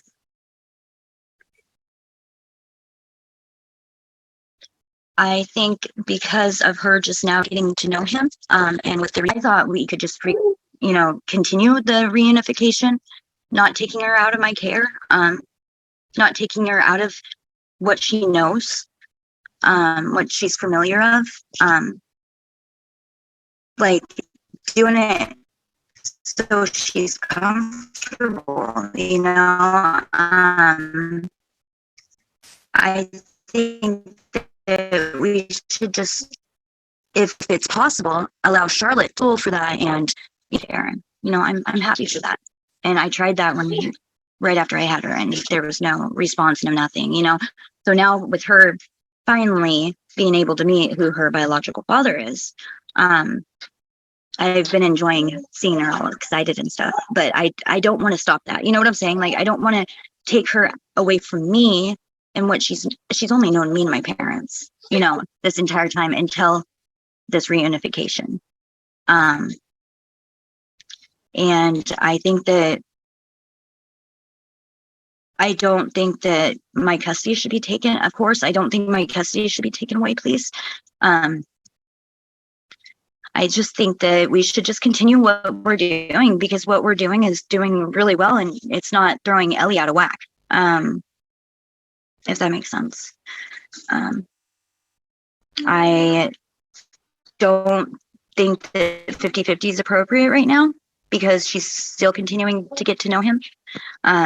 She literally goes to the reunification classes, and she thinks she's going to see Charlotte most of the time. Charlotte's her play buddy. Like, they are best friends. And she even says, Charlotte is my best friend. And she has a vocabulary of a 6-year-old. Like, even her pediatrician said that.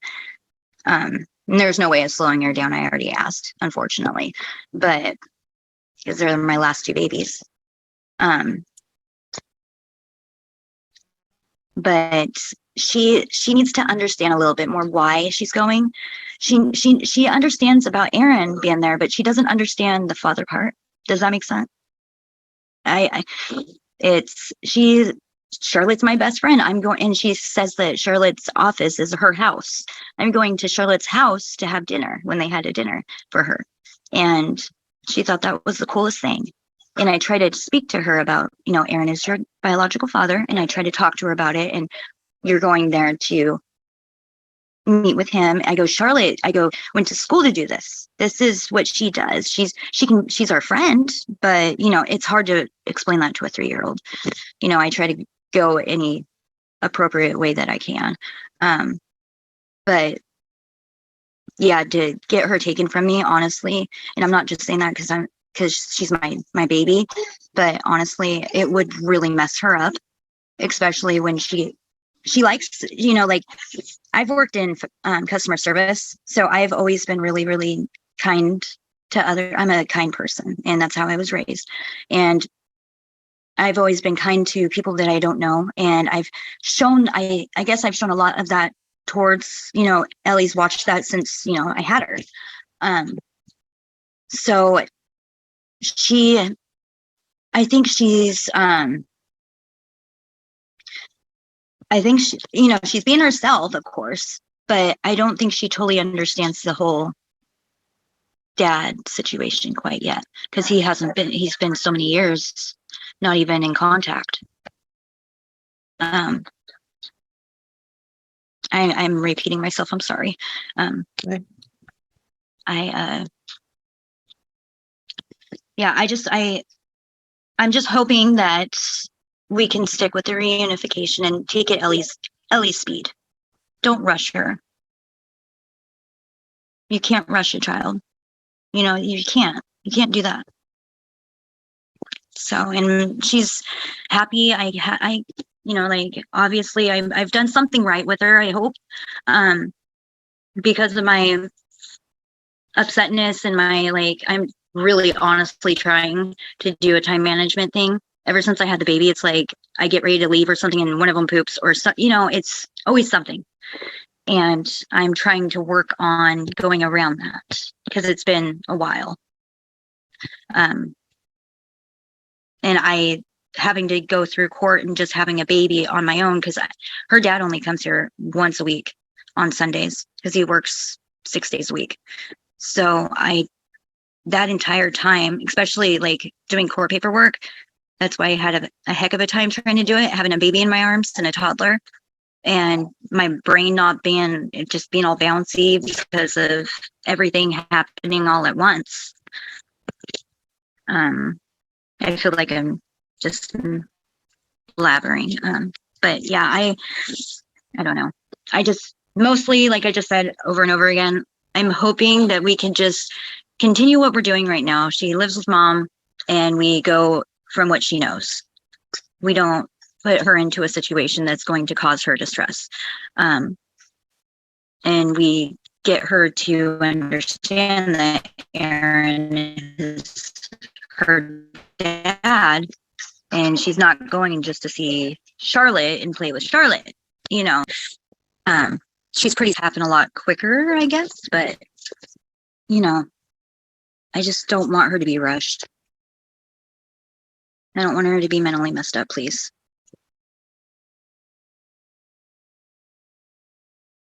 All right. Thank you, Miss Erickson.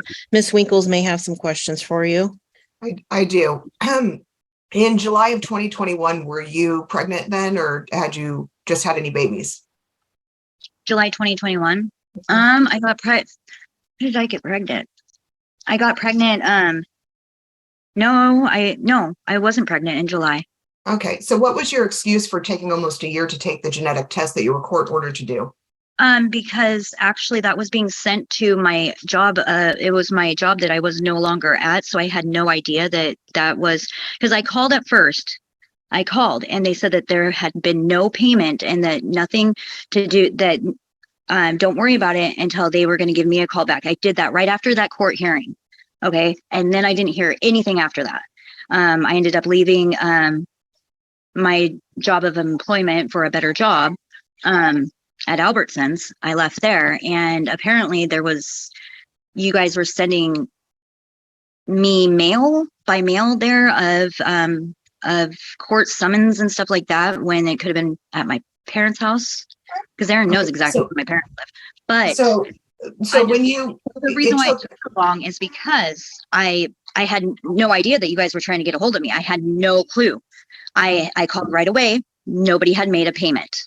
And they said for me to wait. Okay, so but it took a contempt to get you to do the genetic test, correct? No, it didn't. No, it did not. No, because and then you were court ordered in our case to provide several evaluations that were collateralized with my client in the GAL, correct? Yeah, and it's ready for you. Okay. Hold on, So we you- can't talk over each other. Miss Winkles, let her answer the question. Okay, yeah. Go ahead, Miss Erickson. Thank you.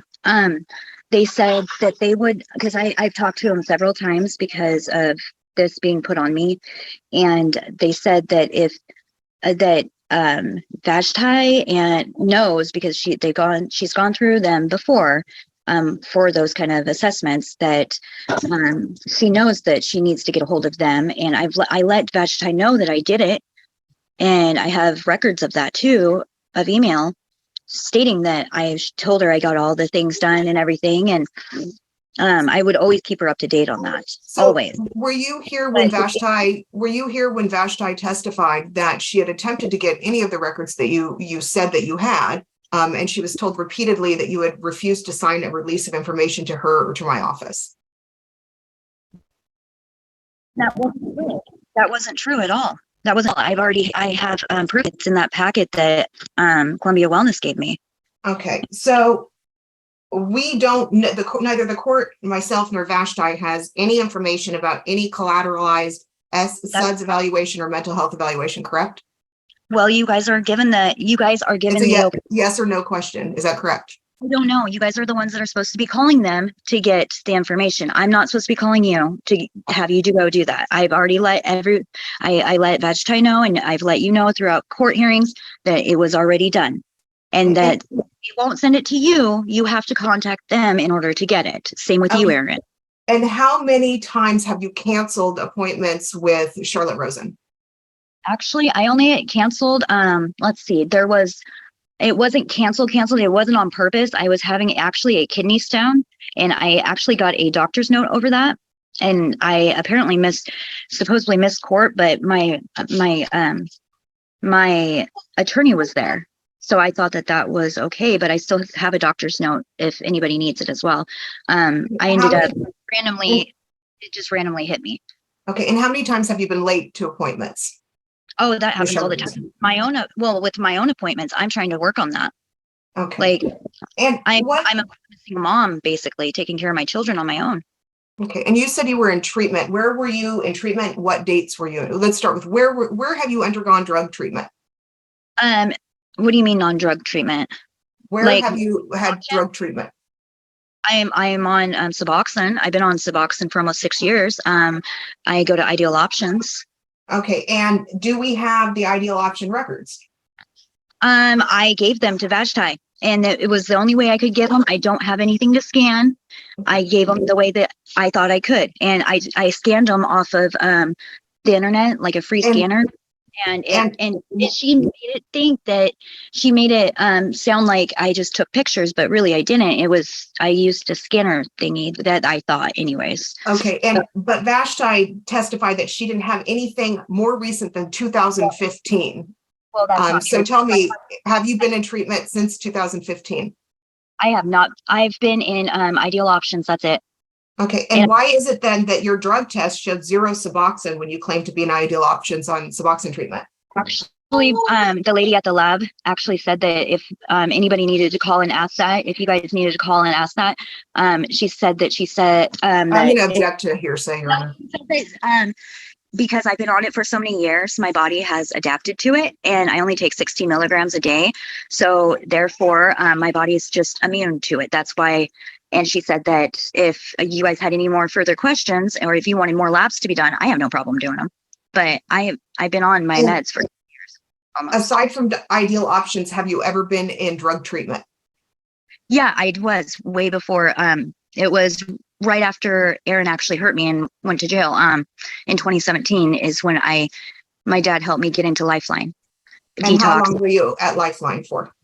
I was in detox for, I think it was 2 weeks. And then I was in treatment for at least, I want to say 3 months. And then after that, they recommended me to go to outpatient, and I did was it 1 year or a year and a half of outpatient with Columbia Wellness. Okay, and when Columbia Wellness was requested the records, again, did you hear Vashti Langford's testimony that they claimed that you had not signed again a release of information to give her any of those records? I heard that, and that was very odd because that's definitely not even true. It's in my thing, my client thing. Like you could see the times and days that I signed those papers. Okay, so and that's odd. Can you tell me your mental health evaluation? Who'd you go see for a mental health evaluation? It was a man. That lady. It was a lady, and we did it over Zoom. I can't. She made it me. What I went through with being videoed. Are you in counsel? Are you in counseling right now, or any sort of treatment? Yes, I am. Who's your counselor? My counselor is Joshua. I can't remember his last name. I have to go on my phone. It's where's he at? Sandaker. Yeah, it's Joshua Sandaker, I think it is, and he's at Columbia Wellness. And how many times do you see him per month? I think it's a couple times a month, or whenever I need him. Like there's been times during this whole situation, I'll message him and he'll call me immediately and talk with me. And when's the last time you had contact with him? Let's see. I have my appointment coming up next week, and I had just spoke with him. Like, I think it was like a week and a half ago, something like that. What's his last name again? I think it's Sandaker. Where does the child go to the doctor? Here, I'll take this. I'm sorry. Where does the child go to the doctor? She goes to, we all go to the Vancouver clinic. And what's her doctor's name? The doctor's name is, you're asking me, and I am having brain farts right now. My dad just died for this. Her doctor's name is, I'm having a brain fart. Hold on. I can tell you in a second. Her name is Dr. Nadell. At the Vancouver clinic? Is that the one in Woodland? I didn't know that they had one in Woodland. Where is that one? Is that the Ridgefield, the Battleground? In Vancouver. Oh, it's in Vancouver. Okay. And when was the last time the child saw the doctor?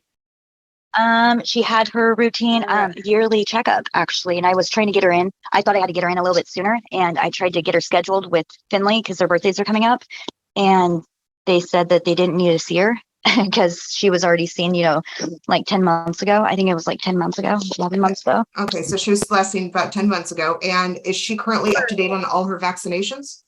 Absolutely. Okay. Absolutely. And where does she go to the dentist? She goes to Happy Kids. Okay. And when's the last time she had a dentist appointment? She recently just did when I actually ended up having to reschedule it because you guys made me go to court on the motion to compel when Scott was still with me. Whatever day that was supposed to be her appointment. When did she last actually go? She last actually went. Let me see. I have pictures. And it can tell me exactly. Sorry, because she doesn't have to be back for another so many months, and she did really well. Let's see. I'm sorry. I'm trying to find it. Was it more than 6 months ago? No. Okay. So she's been to the dentist within 6 months. Yeah, I'm looking right now. It was A ballpark's fine. it was September 8th at Okay. 2:15 for appointment. And did she actually attend that appointment? Absolutely, yes. Okay. And did she have any issues at that appointment? No. The only Okay. thing she's afraid of is the little sucker thing. So we're trying to also go through because she tries to hold in her feelings. She's Okay. I Well, don't just answer when I ask you what the question, just answer those. Okay. What's your boyfriend's name? his name And is where does Cody live? He lives in Oregon. Okay. And does Cody have a criminal record at all? Not that I'm aware of. His uncle was actually Chief Ralph Painter. So no. Okay. He And go ahead. sorry. He has a pretty clean record. Yeah. So was he born in 1978? Yes. Okay. And to the best of your knowledge, you don't know if he was ever arrested for anything. Is that correct? I know that he had he had, like he was drinking or he said something actually recently because he told me he had nothing on there. And I'm like, you can't be that good. He told me that he had a couple of DUIs that he was pretty ashamed of. But that was it. There was no drugs. He says he's not on drugs. Okay. But he had a couple of DUIs in the last 10 years, correct? I don't know exactly when it was, but he admitted to me, not very probably. Have you heard of any domestic violence charges against him? I heard that there was one that was against him, but it was false because it was actually her that was it was his stepdaughter's mom, who actually was the aggressor in it, but he was the one that was arrested in it, and it was actually let go. Supposedly, I don't know. I didn't look into 100% of that. But and I that did was get in Washington, correct? Vancouver, I do believe. Okay. Yeah. And then he has additional charges though out of Oregon, in Multnomah County. Isn't that correct? I don't know. That I really honestly don't know. Okay. And he stays with you one night a week? He doesn't stay with us. He just comes over. Him and his son come over for the day. Okay. And that's the father of your youngest child, correct? Of the baby, yeah. Okay. And has the child in this case, has she been enrolled in any daycare? Not currently yet because I've been able to stay at home with them, and I've been able to do the whole stay-at-home mom thing. Okay. And She's currently not potty trained, correct? The baby? The daughter in this case, Ellie. No, she is. She's potty training. Okay. She's in a pull-up though, correct? That's potty training. Okay, and when does she turn 4? Next month. Okay, and last week, if we look at just last week, how many days did your parents have Ellie in their care custody? Of last week. Mhm. How many days did? Okay, say that again. Sorry. How many days did your parents babysit Ellie last week? They don't babysit her. She just goes over there. Okay, how many days did she go over there last week without asking questions? Twice. Okay, and the week before that, how many times? Twice. Once or twice. My dad works. Okay, and you said that she had insurance. Is she on state insurance? Yeah, and actually, she was getting put on my insurance. Is your With the insurance through the job that I state? was working at, and then I. Yep. Okay, and you currently are not working, correct? Not currently. I am looking to go back here with the baby 21. Okay, and do you have any current or active warrants against you? I've never been in trouble. Okay, And you- my knowledge. okay, and you had an open dependency case, and that's how you lost one of your children, correct? It wasn't the reason why, no. Actually, that was the grandmother, the dad's mom, Okay. calling start stuff. But no, it was not dependency. It was over DV. Okay, and who sent you letters telling you your child was going to be taken away from you? Over this. Are you talking about the court pleadings, or are you talking about a letter threatening you? Oh, I'm talking about just like you guys saying that I'm on like all these false accusations against me and then trying to take my baby from me. Okay. Concerning the last 2 years, so that would be October 2021. How many times since October 2021 has Mr. Anderson directly contacted you? Just because okay, so directly none, but it doesn't mean that he hasn't driven around here. Okay. Do you have any proof that Mr. Anderson was driving around your house? I don't have picture proof, but I have children proof. Okay. What kind of car does Mr. Anderson drive? It's like a maroon color. Okay. Is it an SUV, a truck, a station wagon? What kind of car is it? It's an SUV. But Did it he could, have be, that? What was that? it could be different though too, you know. Okay. A red car, like a car. Okay. And but Mr. Anderson's not contacted you at all, correct? No. Okay. Not And at ever. some point there was no domestic violence protection order in place, correct? I had no idea of that until Vashti told me. Okay, but there was not one in place at some point, correct? I had no idea because I was never given any kind of inclination of the court hearing. But you know now that there is at one point no. I know now. I know now. Okay. And Mr. Anderson still did not call you, correct? I don't even understand these questions. These are stupid. Sorry, no offense. I don't understand them. Okay, you don't need to understand, just answer them. Did he contact you during that time period where there was no domestic violence protection order? I don't think so. I don't know. It's just, I don't know. Do you remember if he contacted you at any time in the last, well, I guess you said the last 2 years he hasn't contacted you, correct? Not face to face or verbally. Okay, now we had a temporary parenting plan entered in this case. Do you remember that? It was around June. Yeah, and I was not, that's when that is when I was getting the attorney and him and I had fallout about that actually, but Okay. yes. Did you allow for the video visits during that time? Did you have video visits or the child have them with Mr. Anderson? I wasn't aware that I was supposed to. Okay. I was aware that because of what Vashti said was that after reunification, after completing reunification, to start the video visits, not before reunification. And you made it to where it was before reunification, which made it very awkward for my child and Aaron during the visit. Now you were in court, correct? The hearing before the June 6th, where the court informed you that he had the right to video visitation prior to his initial counseling. Do you remember that?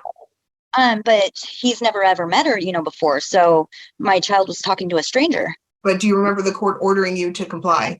I really don't remember that. No. Okay. Do you remember the court ordering you to comply with decision-making of the child?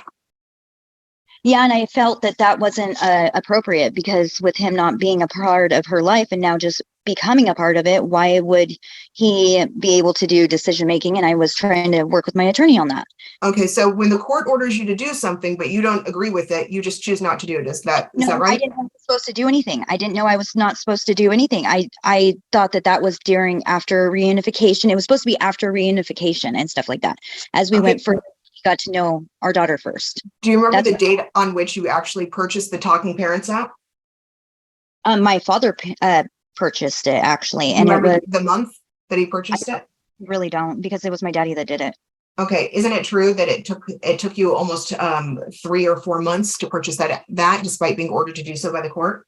No, it's because I literally thought that we didn't have to do it until after I understood. I did not understand, because I'm not an attorney. I do not do your job. I had no idea that from what we said, that we were going off of what Vashti said. You said you typed it up word for word. I remember you saying that. It wasn't word for word. So, quick question. Now, I've obviously asked you for discovery a number of times and sent you a number of documents. The court's asked you for it. Vashti's asked you for it. Isn't it true that you have never provided me or the court or Vashti with a collateralized mental health evaluation? That is not true, because my attorney was supposed to do that. Okay, but you have not provided the court with a collateralized mental health evaluation, correct? Scott said he was doing. Have you personally ever provided the court with have you personally ever provided the court with a substance use disorder evaluation, which was collateralized? Again, was supposed to be Scott. Okay. Question to you. Have you ever? I did not turn anything in, but I can if you guys need me to. Okay. And have you ever had, let's see, so those are the two. And in your last 2 cases with your other children, you were also ordered to do those things. Did you present them to that in those cases? I didn't do them back then. Okay. And why should the court believe that you would nurture a relationship with Aaron Anderson at this point, when you've literally dragged your feet so long that it's taken over 2 years to even start reunification counseling? I didn't drag my feet. It's not my fault you guys came after me right after I got out of the hospital from giving birth to my child. And then before all that, sending court ordered stuff over court to my ex-job establishment that I didn't even work at for months prior. I had no idea. What it took was my friend is a server, and she seen that my name was in her serving list. And that's how I found. Isn't it true that your parents were served according to the certificate of services? No. Multiple certificates of service filed in this case? Nope, my father's standing right here too. He can even vouch that he was never served anything. So Mike Gilman's never been to your parents' house to hand documents to you and told that you weren't there? Yesterday was the only time that I'm aware of. Your Honor, I have no further questions. All right. And Ms. Erickson, any other statements you would like to make? No, I'm good. All right. And any closing statements, Ms. Winkles? Yes, Your Honor. Normally, it is traumatic to remove a child and to change a child's housing. But in this case, it's a necessary safety precaution. You've heard from Vashti Langford. You've heard from Charlotte Rosen that we just don't know here. This is a mom who has lost 2 of her other children. This is a mom who admits to having a substance use problem, but provides no records of treatment. I don't remember his name, or his name is something like that. No definitive information, claiming she had counseling at the emergency support shelter, which doesn't provide counseling, Columbia Wellness, all these things. Mother has essentially dragged her feet and provided absolutely no information to verify what she stated. We don't know if she's on drugs. The hair follicle that she did came back negative. She takes according to her, she takes 16 milligrams of Suboxone. Nobody is immune to Suboxone. You may form a tolerance to Suboxone, but it's still going to show up after breakdown in your body on a hair follicle test. That's just standard chemistry. The fact is that we don't know whose test that was. We don't know anything. We don't know if she's on drugs. Everybody that has come in contact with mom has said that she has a significant mental health problem. They have been trying to get her treatment since 2016. Her own mother wrote a declaration in one of her cases about her opiate addiction and her mental health disorder. She claimed to this court that she had custody of 3 kids. That's not true. You heard from Vashti Langford that said that that's absolutely not the case. We've heard my dog is sick. I've been pregnant. I've had a child recently as an excuse for literally everything. Yet in this world, we have lots of mothers that have had children that go on to work every single day and do that. And yet she uses that as an excuse for canceling meetings where her child is going to be with her father. There is a significant concern of health and safety. And the fact that her parents are there assisting her shows a delegation of parental duties anyway. And that's a good thing. We're not saying that's a bad thing at all. In fact, her father's been the one to facilitate pretty much all of the visits thus far. My client, the moment he learned he had a kid, he completely changed his life. And he is probably one of 2 success stories in the last 7 years of practice in Cowlitz County. He has gone through every treatment imaginable. He's provided the records to those. He's provided the UAs, the hair follicles. He's provided literally everything he can. You heard from Charlotte Rosen about how he comes prepared. He's ready. He engages the child on the child's level, and the child has started calling him Daddy Aaron. We're not asking for an immediate change of custody. We're essentially asking for a change slowly, maybe with grandparents. I'll leave that up to your honor, but my client does not want to have the child hurt, traumatized in any way. At the same time, something's not right. And the child does need to be protected. My client is willing and able to care for the child, has a place for the child, isn't dating anyone, definitely isn't dating anyone with DUIs, assault 4s, like Mr. Cody Pinson, Jonathan Cody Pinson. We have a stable environment available, and we have a very chaotic environment. Eventually that chaos is going to affect the child. Mom needs to have a mental health evaluation with treatment. It needs to be collateralized, and mom really shouldn't have unsupervised treatment until she gets that, because everybody has been asking since 2016, and mom just doesn't do it. Mom doesn't follow court orders. It's likely that if mom continues to have custody and continues to have control, that this is a man will be back in court every single week on a contempt. It took a contempt every single time, or a compel, to get anything, to get anywhere. My dog is sick, my baby's sick, my other baby's sick, my parents are sick, I have dentist appointment. Every excuse has been thrown at us. It's taken over 2 years just to get to this point where my client gets to meet his child. That's frankly ridiculous, considering my client has done every single thing imaginable to show that he is a different person. The thing is, he is a different person, but Miss Erickson is the same person. And that's the problem here. And this child needs to be in a stable environment. She's almost 4 and not potty trained.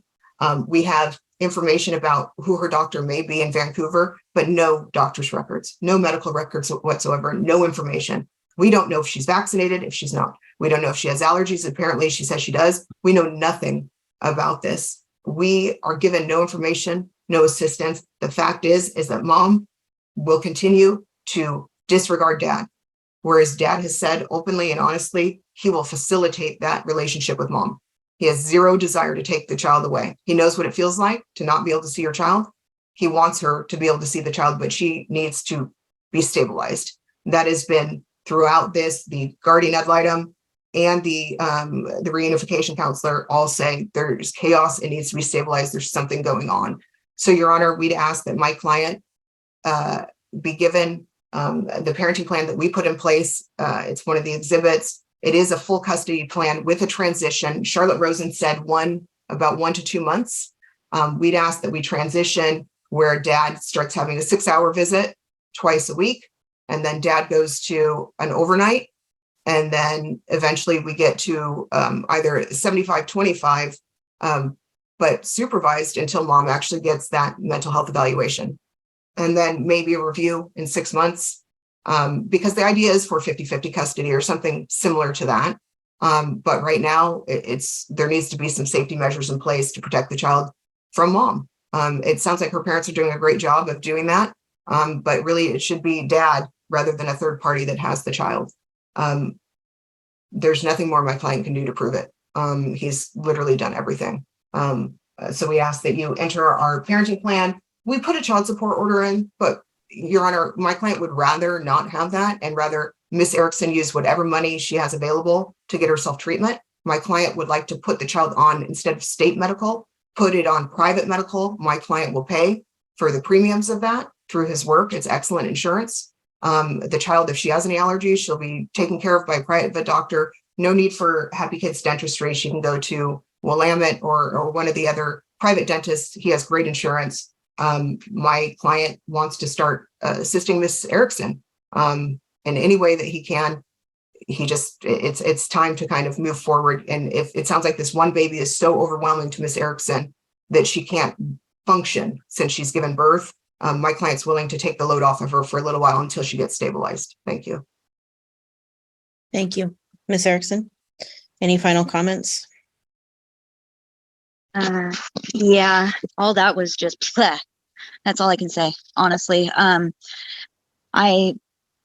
looking out for the best interest of my child, and it upsets me when I hear stuff like that, but you know what, she doesn't know me, you know, so I'm trying to put that aside.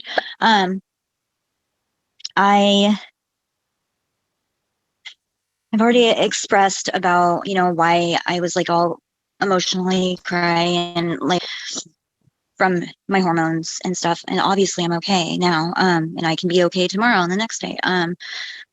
I've obviously raised her okay, like really good actually, because Charlotte actually gave me some good compliments that made me actually tear up, because it made me feel good that I actually did, you know, that I did really good job being her mom by myself.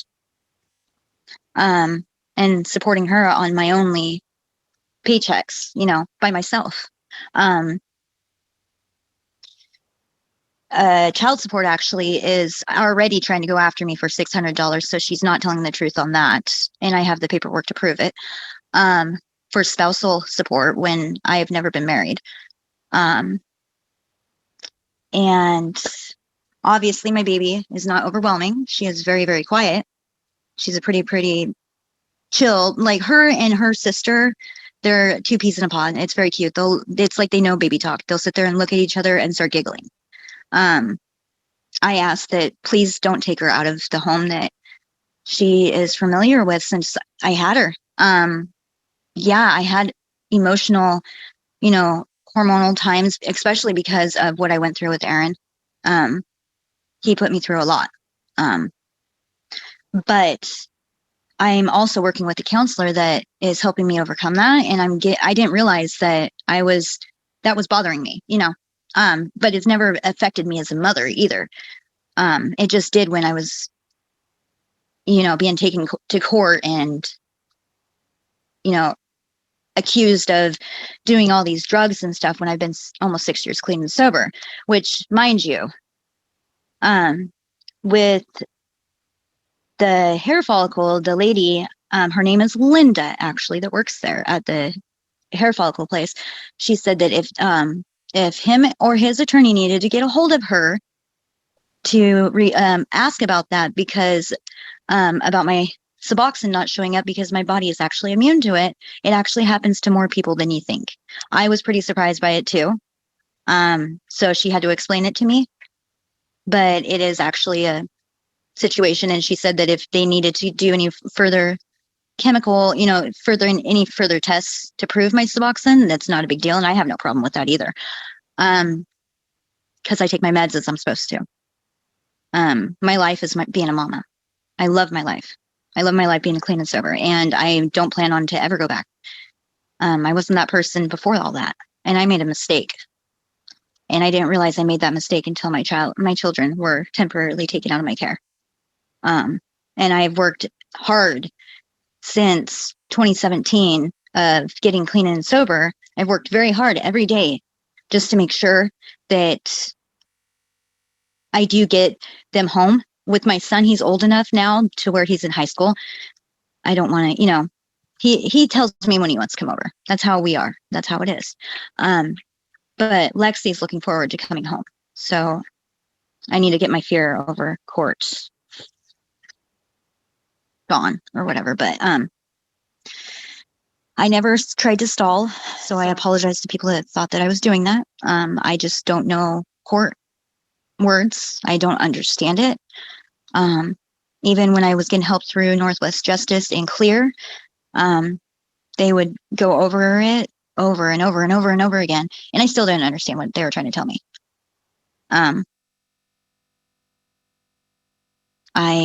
I'm not going to make him continue to go back to court.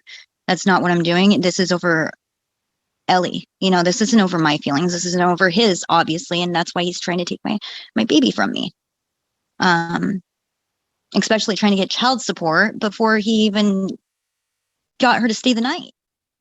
Like, that's ridiculous. Blew me away.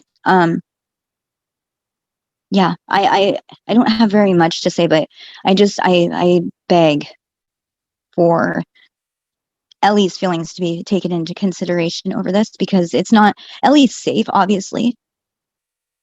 I've been her mother since day one. I've taken care of her by myself since day one. Never once has there been a CPS thing on me. I've never been in trouble.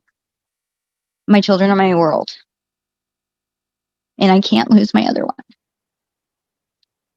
Sorry. You're okay. Emotional over that. But yeah, I just, please think of Ellie. She's only 3, almost 4. And she's, like I said, she thinks that Charlotte's her best friend. And then Aaron's there. So, which I will continue to work with her on that. And I will talk with Charlotte and see what the best way about that is. Because I've been doing that. Asking her what I should say and what I should not say after visits, you know, because I don't want to make my daughter feel any less comfortable. But yeah, I have nothing else to say. I just please take her feelings into account, and her sisters. And mine, I guess. I mean, mine don't really matter, but it's hers that do. And I promise you, I see a counselor. And before that, I was seeing counselors at the women's shelter. I thought they were counselors, they're advocates. I was told that, because I thought it was a counselor, because I was scheduled for counseling sessions and with the advocate. And I thought that that's what it was. I never understood that they're not legally, you know, before all this, but they were still somebody to talk to. And I actually lived there for quite some time, from being kicked out of Aaron's place with my daughter. So I just felt more comfortable talking to them, if that makes sense. So I thought I didn't mean to like cause any issues over any of the evaluations. I have them. If anybody wants them, I have them. I thought Scott was going to put them in. I might be a little bit slower than most on doing all this, but I'm trying. I am just raising my children on my own. So it's not as easy to get up and go like Aaron, because he doesn't have any kids to tag along or have to, you know, get ready and give him breakfast and do everything else. But if he did, I promise you, his whole world would change. His time schedules would change, because you go by their time. So that's all I just really want to say. But I am working on that too. All right. Thank you, Ms. Erickson. Ms. Winkles, anything further? No, Your Honor, I just ask that you enter our parenting plan that's in the file as an exhibit. Their incomes, we imputed mom at minimum wage. Again, my client doesn't really need child support, but we put dad's actual income down. You'll see his records there, or his pay stubs there. So we just ask that you start the transition, and then maybe a review. Right. You cut off that last thing you said. Cut off. And we ask for the parenting plan to be instituted, transition with grandparents facilitating, and then a review in 6 months. If mom is stabilized and actual counseling records, actual evaluations, collateralized are submitted to both myself, I'll stay on the case, and to the court, we review in 6 months, and then again, you can reassess then. And I don't think my client has any issue with that, because again, he wants there to be 2 parents in this child's life, not just one.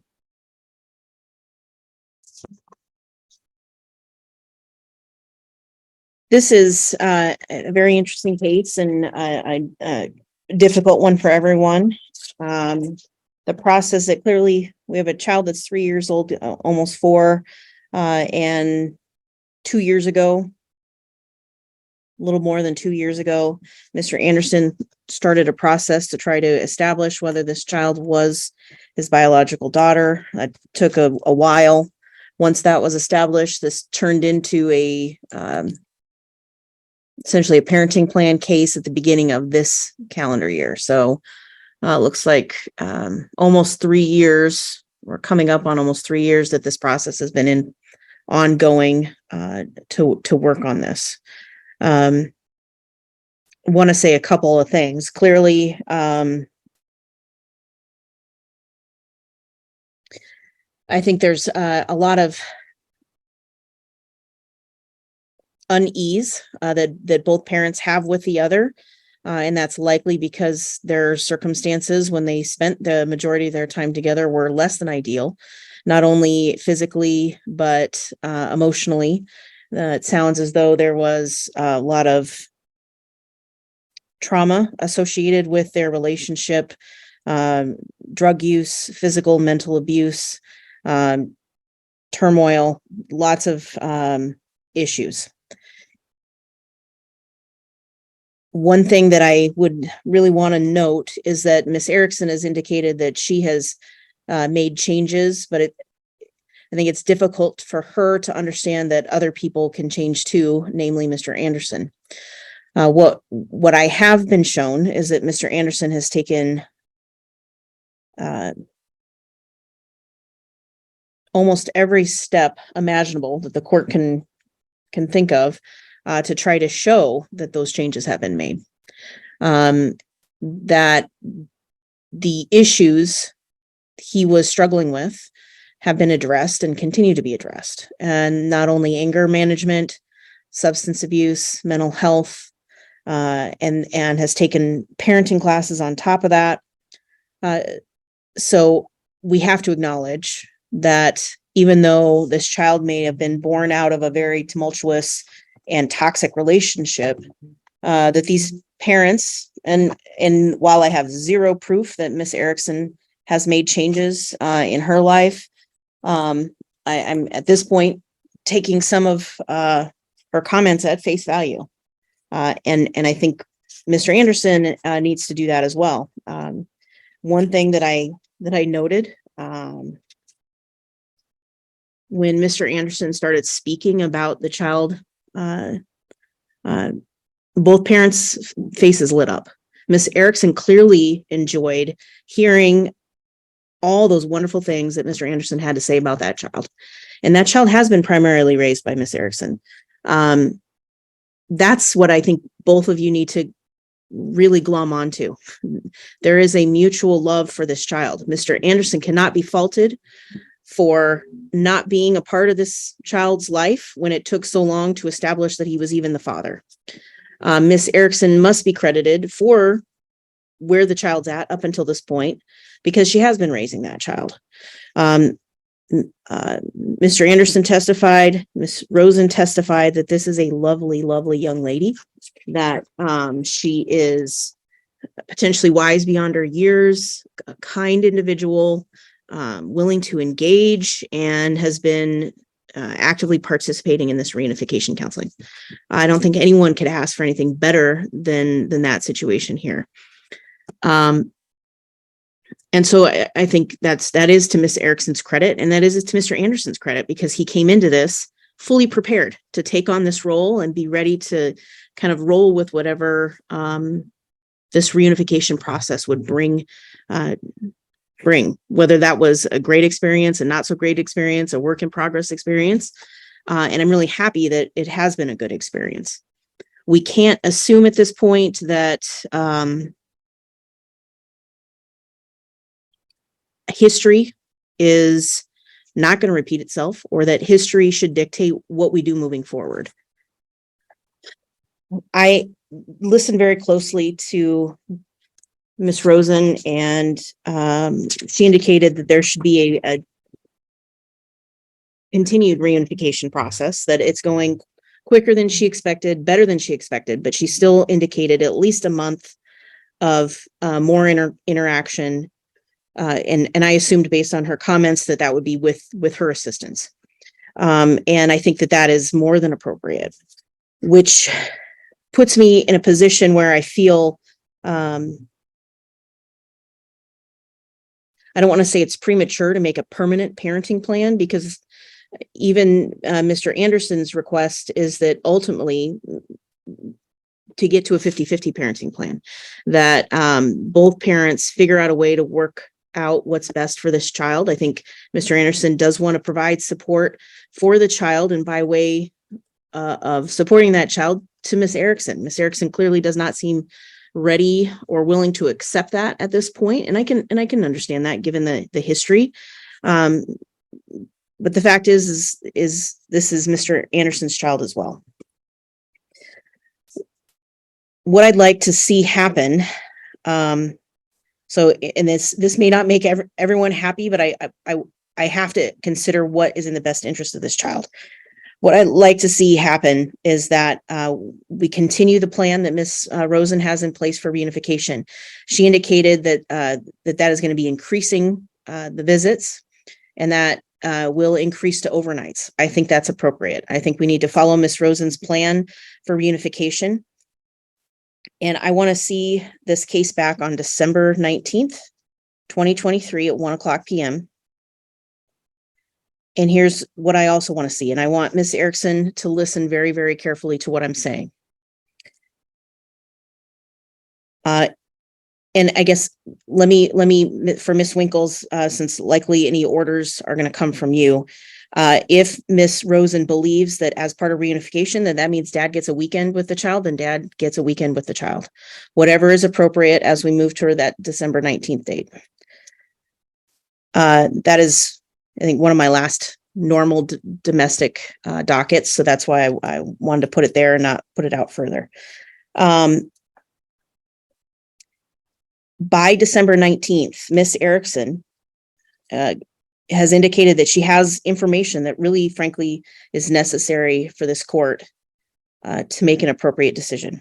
So, Ms. Erickson, I need no later than December 8th. That's a Friday. Close of business. So by Friday, December 8th at 5 p.m.,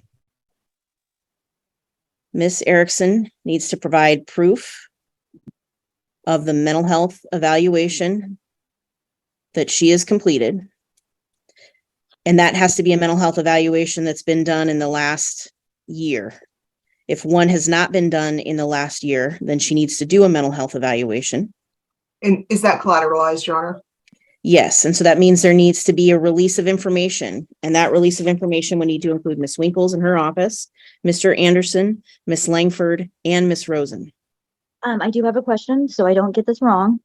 Do I have to contact Miss Winkles after I, turn the evaluation isn't going to go over a year. So I know with collateration, I guess, am I supposed to let them know after You need to file a release of information when you do that and indicate to them. So if you did the evaluation 4 months ago, then you need to go back to wherever you did the evaluation, do a release of information and say that these parties need to be spoken with. And if that means that there needs to be an updated evaluation that you need to partake in, then you need to do that. So you have to let Ms. Winkles know where the evaluation took place so she knows where to contact. So you can't just, I did the evaluation, I signed the release of information, but not let Ms. Winkles know where to contact. Does that make sense? Yeah, I'm very sorry about that. And then I'm also going to order a new hair follicle. Absolutely. And I would like that to be a 10 panel. And as soon as you get the results of those, you need to provide a copy to the court. So you just bring that into the second floor, a copy of that. The clerk's office will let you know how to file that in your case, and then provide a copy to Ms. Winkles. Okay. And that's paid out of my pocket, right? Yes, at this point, yes. No worries. We'll get it done. You don't want the UA that goes with it? I'll do a UA too. I'll give you the whole thing. If you want to do the whole thing, then we'll take the whole thing. Okay. And to Miss Winkles, I would ask that, if on that same filed by December 8th date, we can just have, even if it's, an email that's under penalty of perjury from Miss Rosen about how the reunification process has gone. Absolutely. Essentially, I do think, and this is assuming that everything comes back. And the reason why I'm leaning towards assuming that everything is going to come back with Miss Erickson being an appropriate parent is because of, frankly, the comments about the child, that she's clean, well-behaved, appropriate, smart, all of those things. So assuming everything comes back, then I'm looking at pretty close to a 50-50 parenting plan at that point. And that's not to take the child away from everyone. That's to benefit the child, to have access to both parents, and nurturing from both parents, and understanding that, frankly, that's where I'd love to see most parenting plans end up. But I don't want to, I don't want to do that at this point without some of that information. And I understand that, petitioner's position is that Miss Erickson had plenty of time to provide those things. But given the comments that I've heard about the child and the child's behavior, I don't see just removing the child completely from mom as appropriate at this point. Okay. So to be very clear, Miss Erickson, you're going to continue following reunification with Miss Rosen. However, and if she says, okay, this weekend, Ellie goes with dad Friday and comes home Sunday, that means that Ellie goes with dad Friday to Sunday. Okay. If that means, this weekend it's in, overnights, Saturday at noon to Sunday at noon, then that's whatever she says is what it is. If it's, 4-hour visit one day and a 6-hour visit the other day, then that's what it is. So Miss Rosen will lead that therapy, and I will, I thank you for that. I assume that Miss Rosen's education experience, she's someone that's well known to the court, that her education experience, knowledge, and in best interest of the child is going to lead that reunification. So whatever she says goes as far as how that process works out. Thank you. And it will, frankly, weigh pretty heavily with the court once we see how, she did indicate in her testimony that we're looking at getting close to overnights and even longer. I think was 6 hours the longest so far, or 4 hours. I think it was 3 hours. 3 hours. Okay. That it was, I think, maybe doubling or something. So we're amping up here. And she did indicate it was progressing rather quickly. My hope is, all those things, and frankly, Miss Erickson, if we're in a situation where none of this stuff is filed by the 8th, and because you're no longer represented, you can contact Miss Winkles and just say, hey, look, this is the problem I'm running into. I don't know how to solve this. She may be able to offer some assistance into directing you how to get the information that we need. Yes, I do. So you can contact her. I'm not suggesting that she doesn't necessarily have to do that, but I think she clearly is invested in this case, and Mr. Anderson and the child. And I think we all want what is in the best interest of the child. So because you're not represented, you can contact her if you run into any issues, just at least so she gets a heads up. I think more communication is better. Like, I'm running into this problem, I want you to know about it, Or even just doing a conference call with the provider for the release of information. If that comes necessary, I don't mind doing any of that. Okay. Okay. You. And then on December 19th, I'm going to assume that Miss Winkles will be at that point proposing a parenting plan that likely will be in line with what her and her client think is appropriate based on the information we have by the 8th.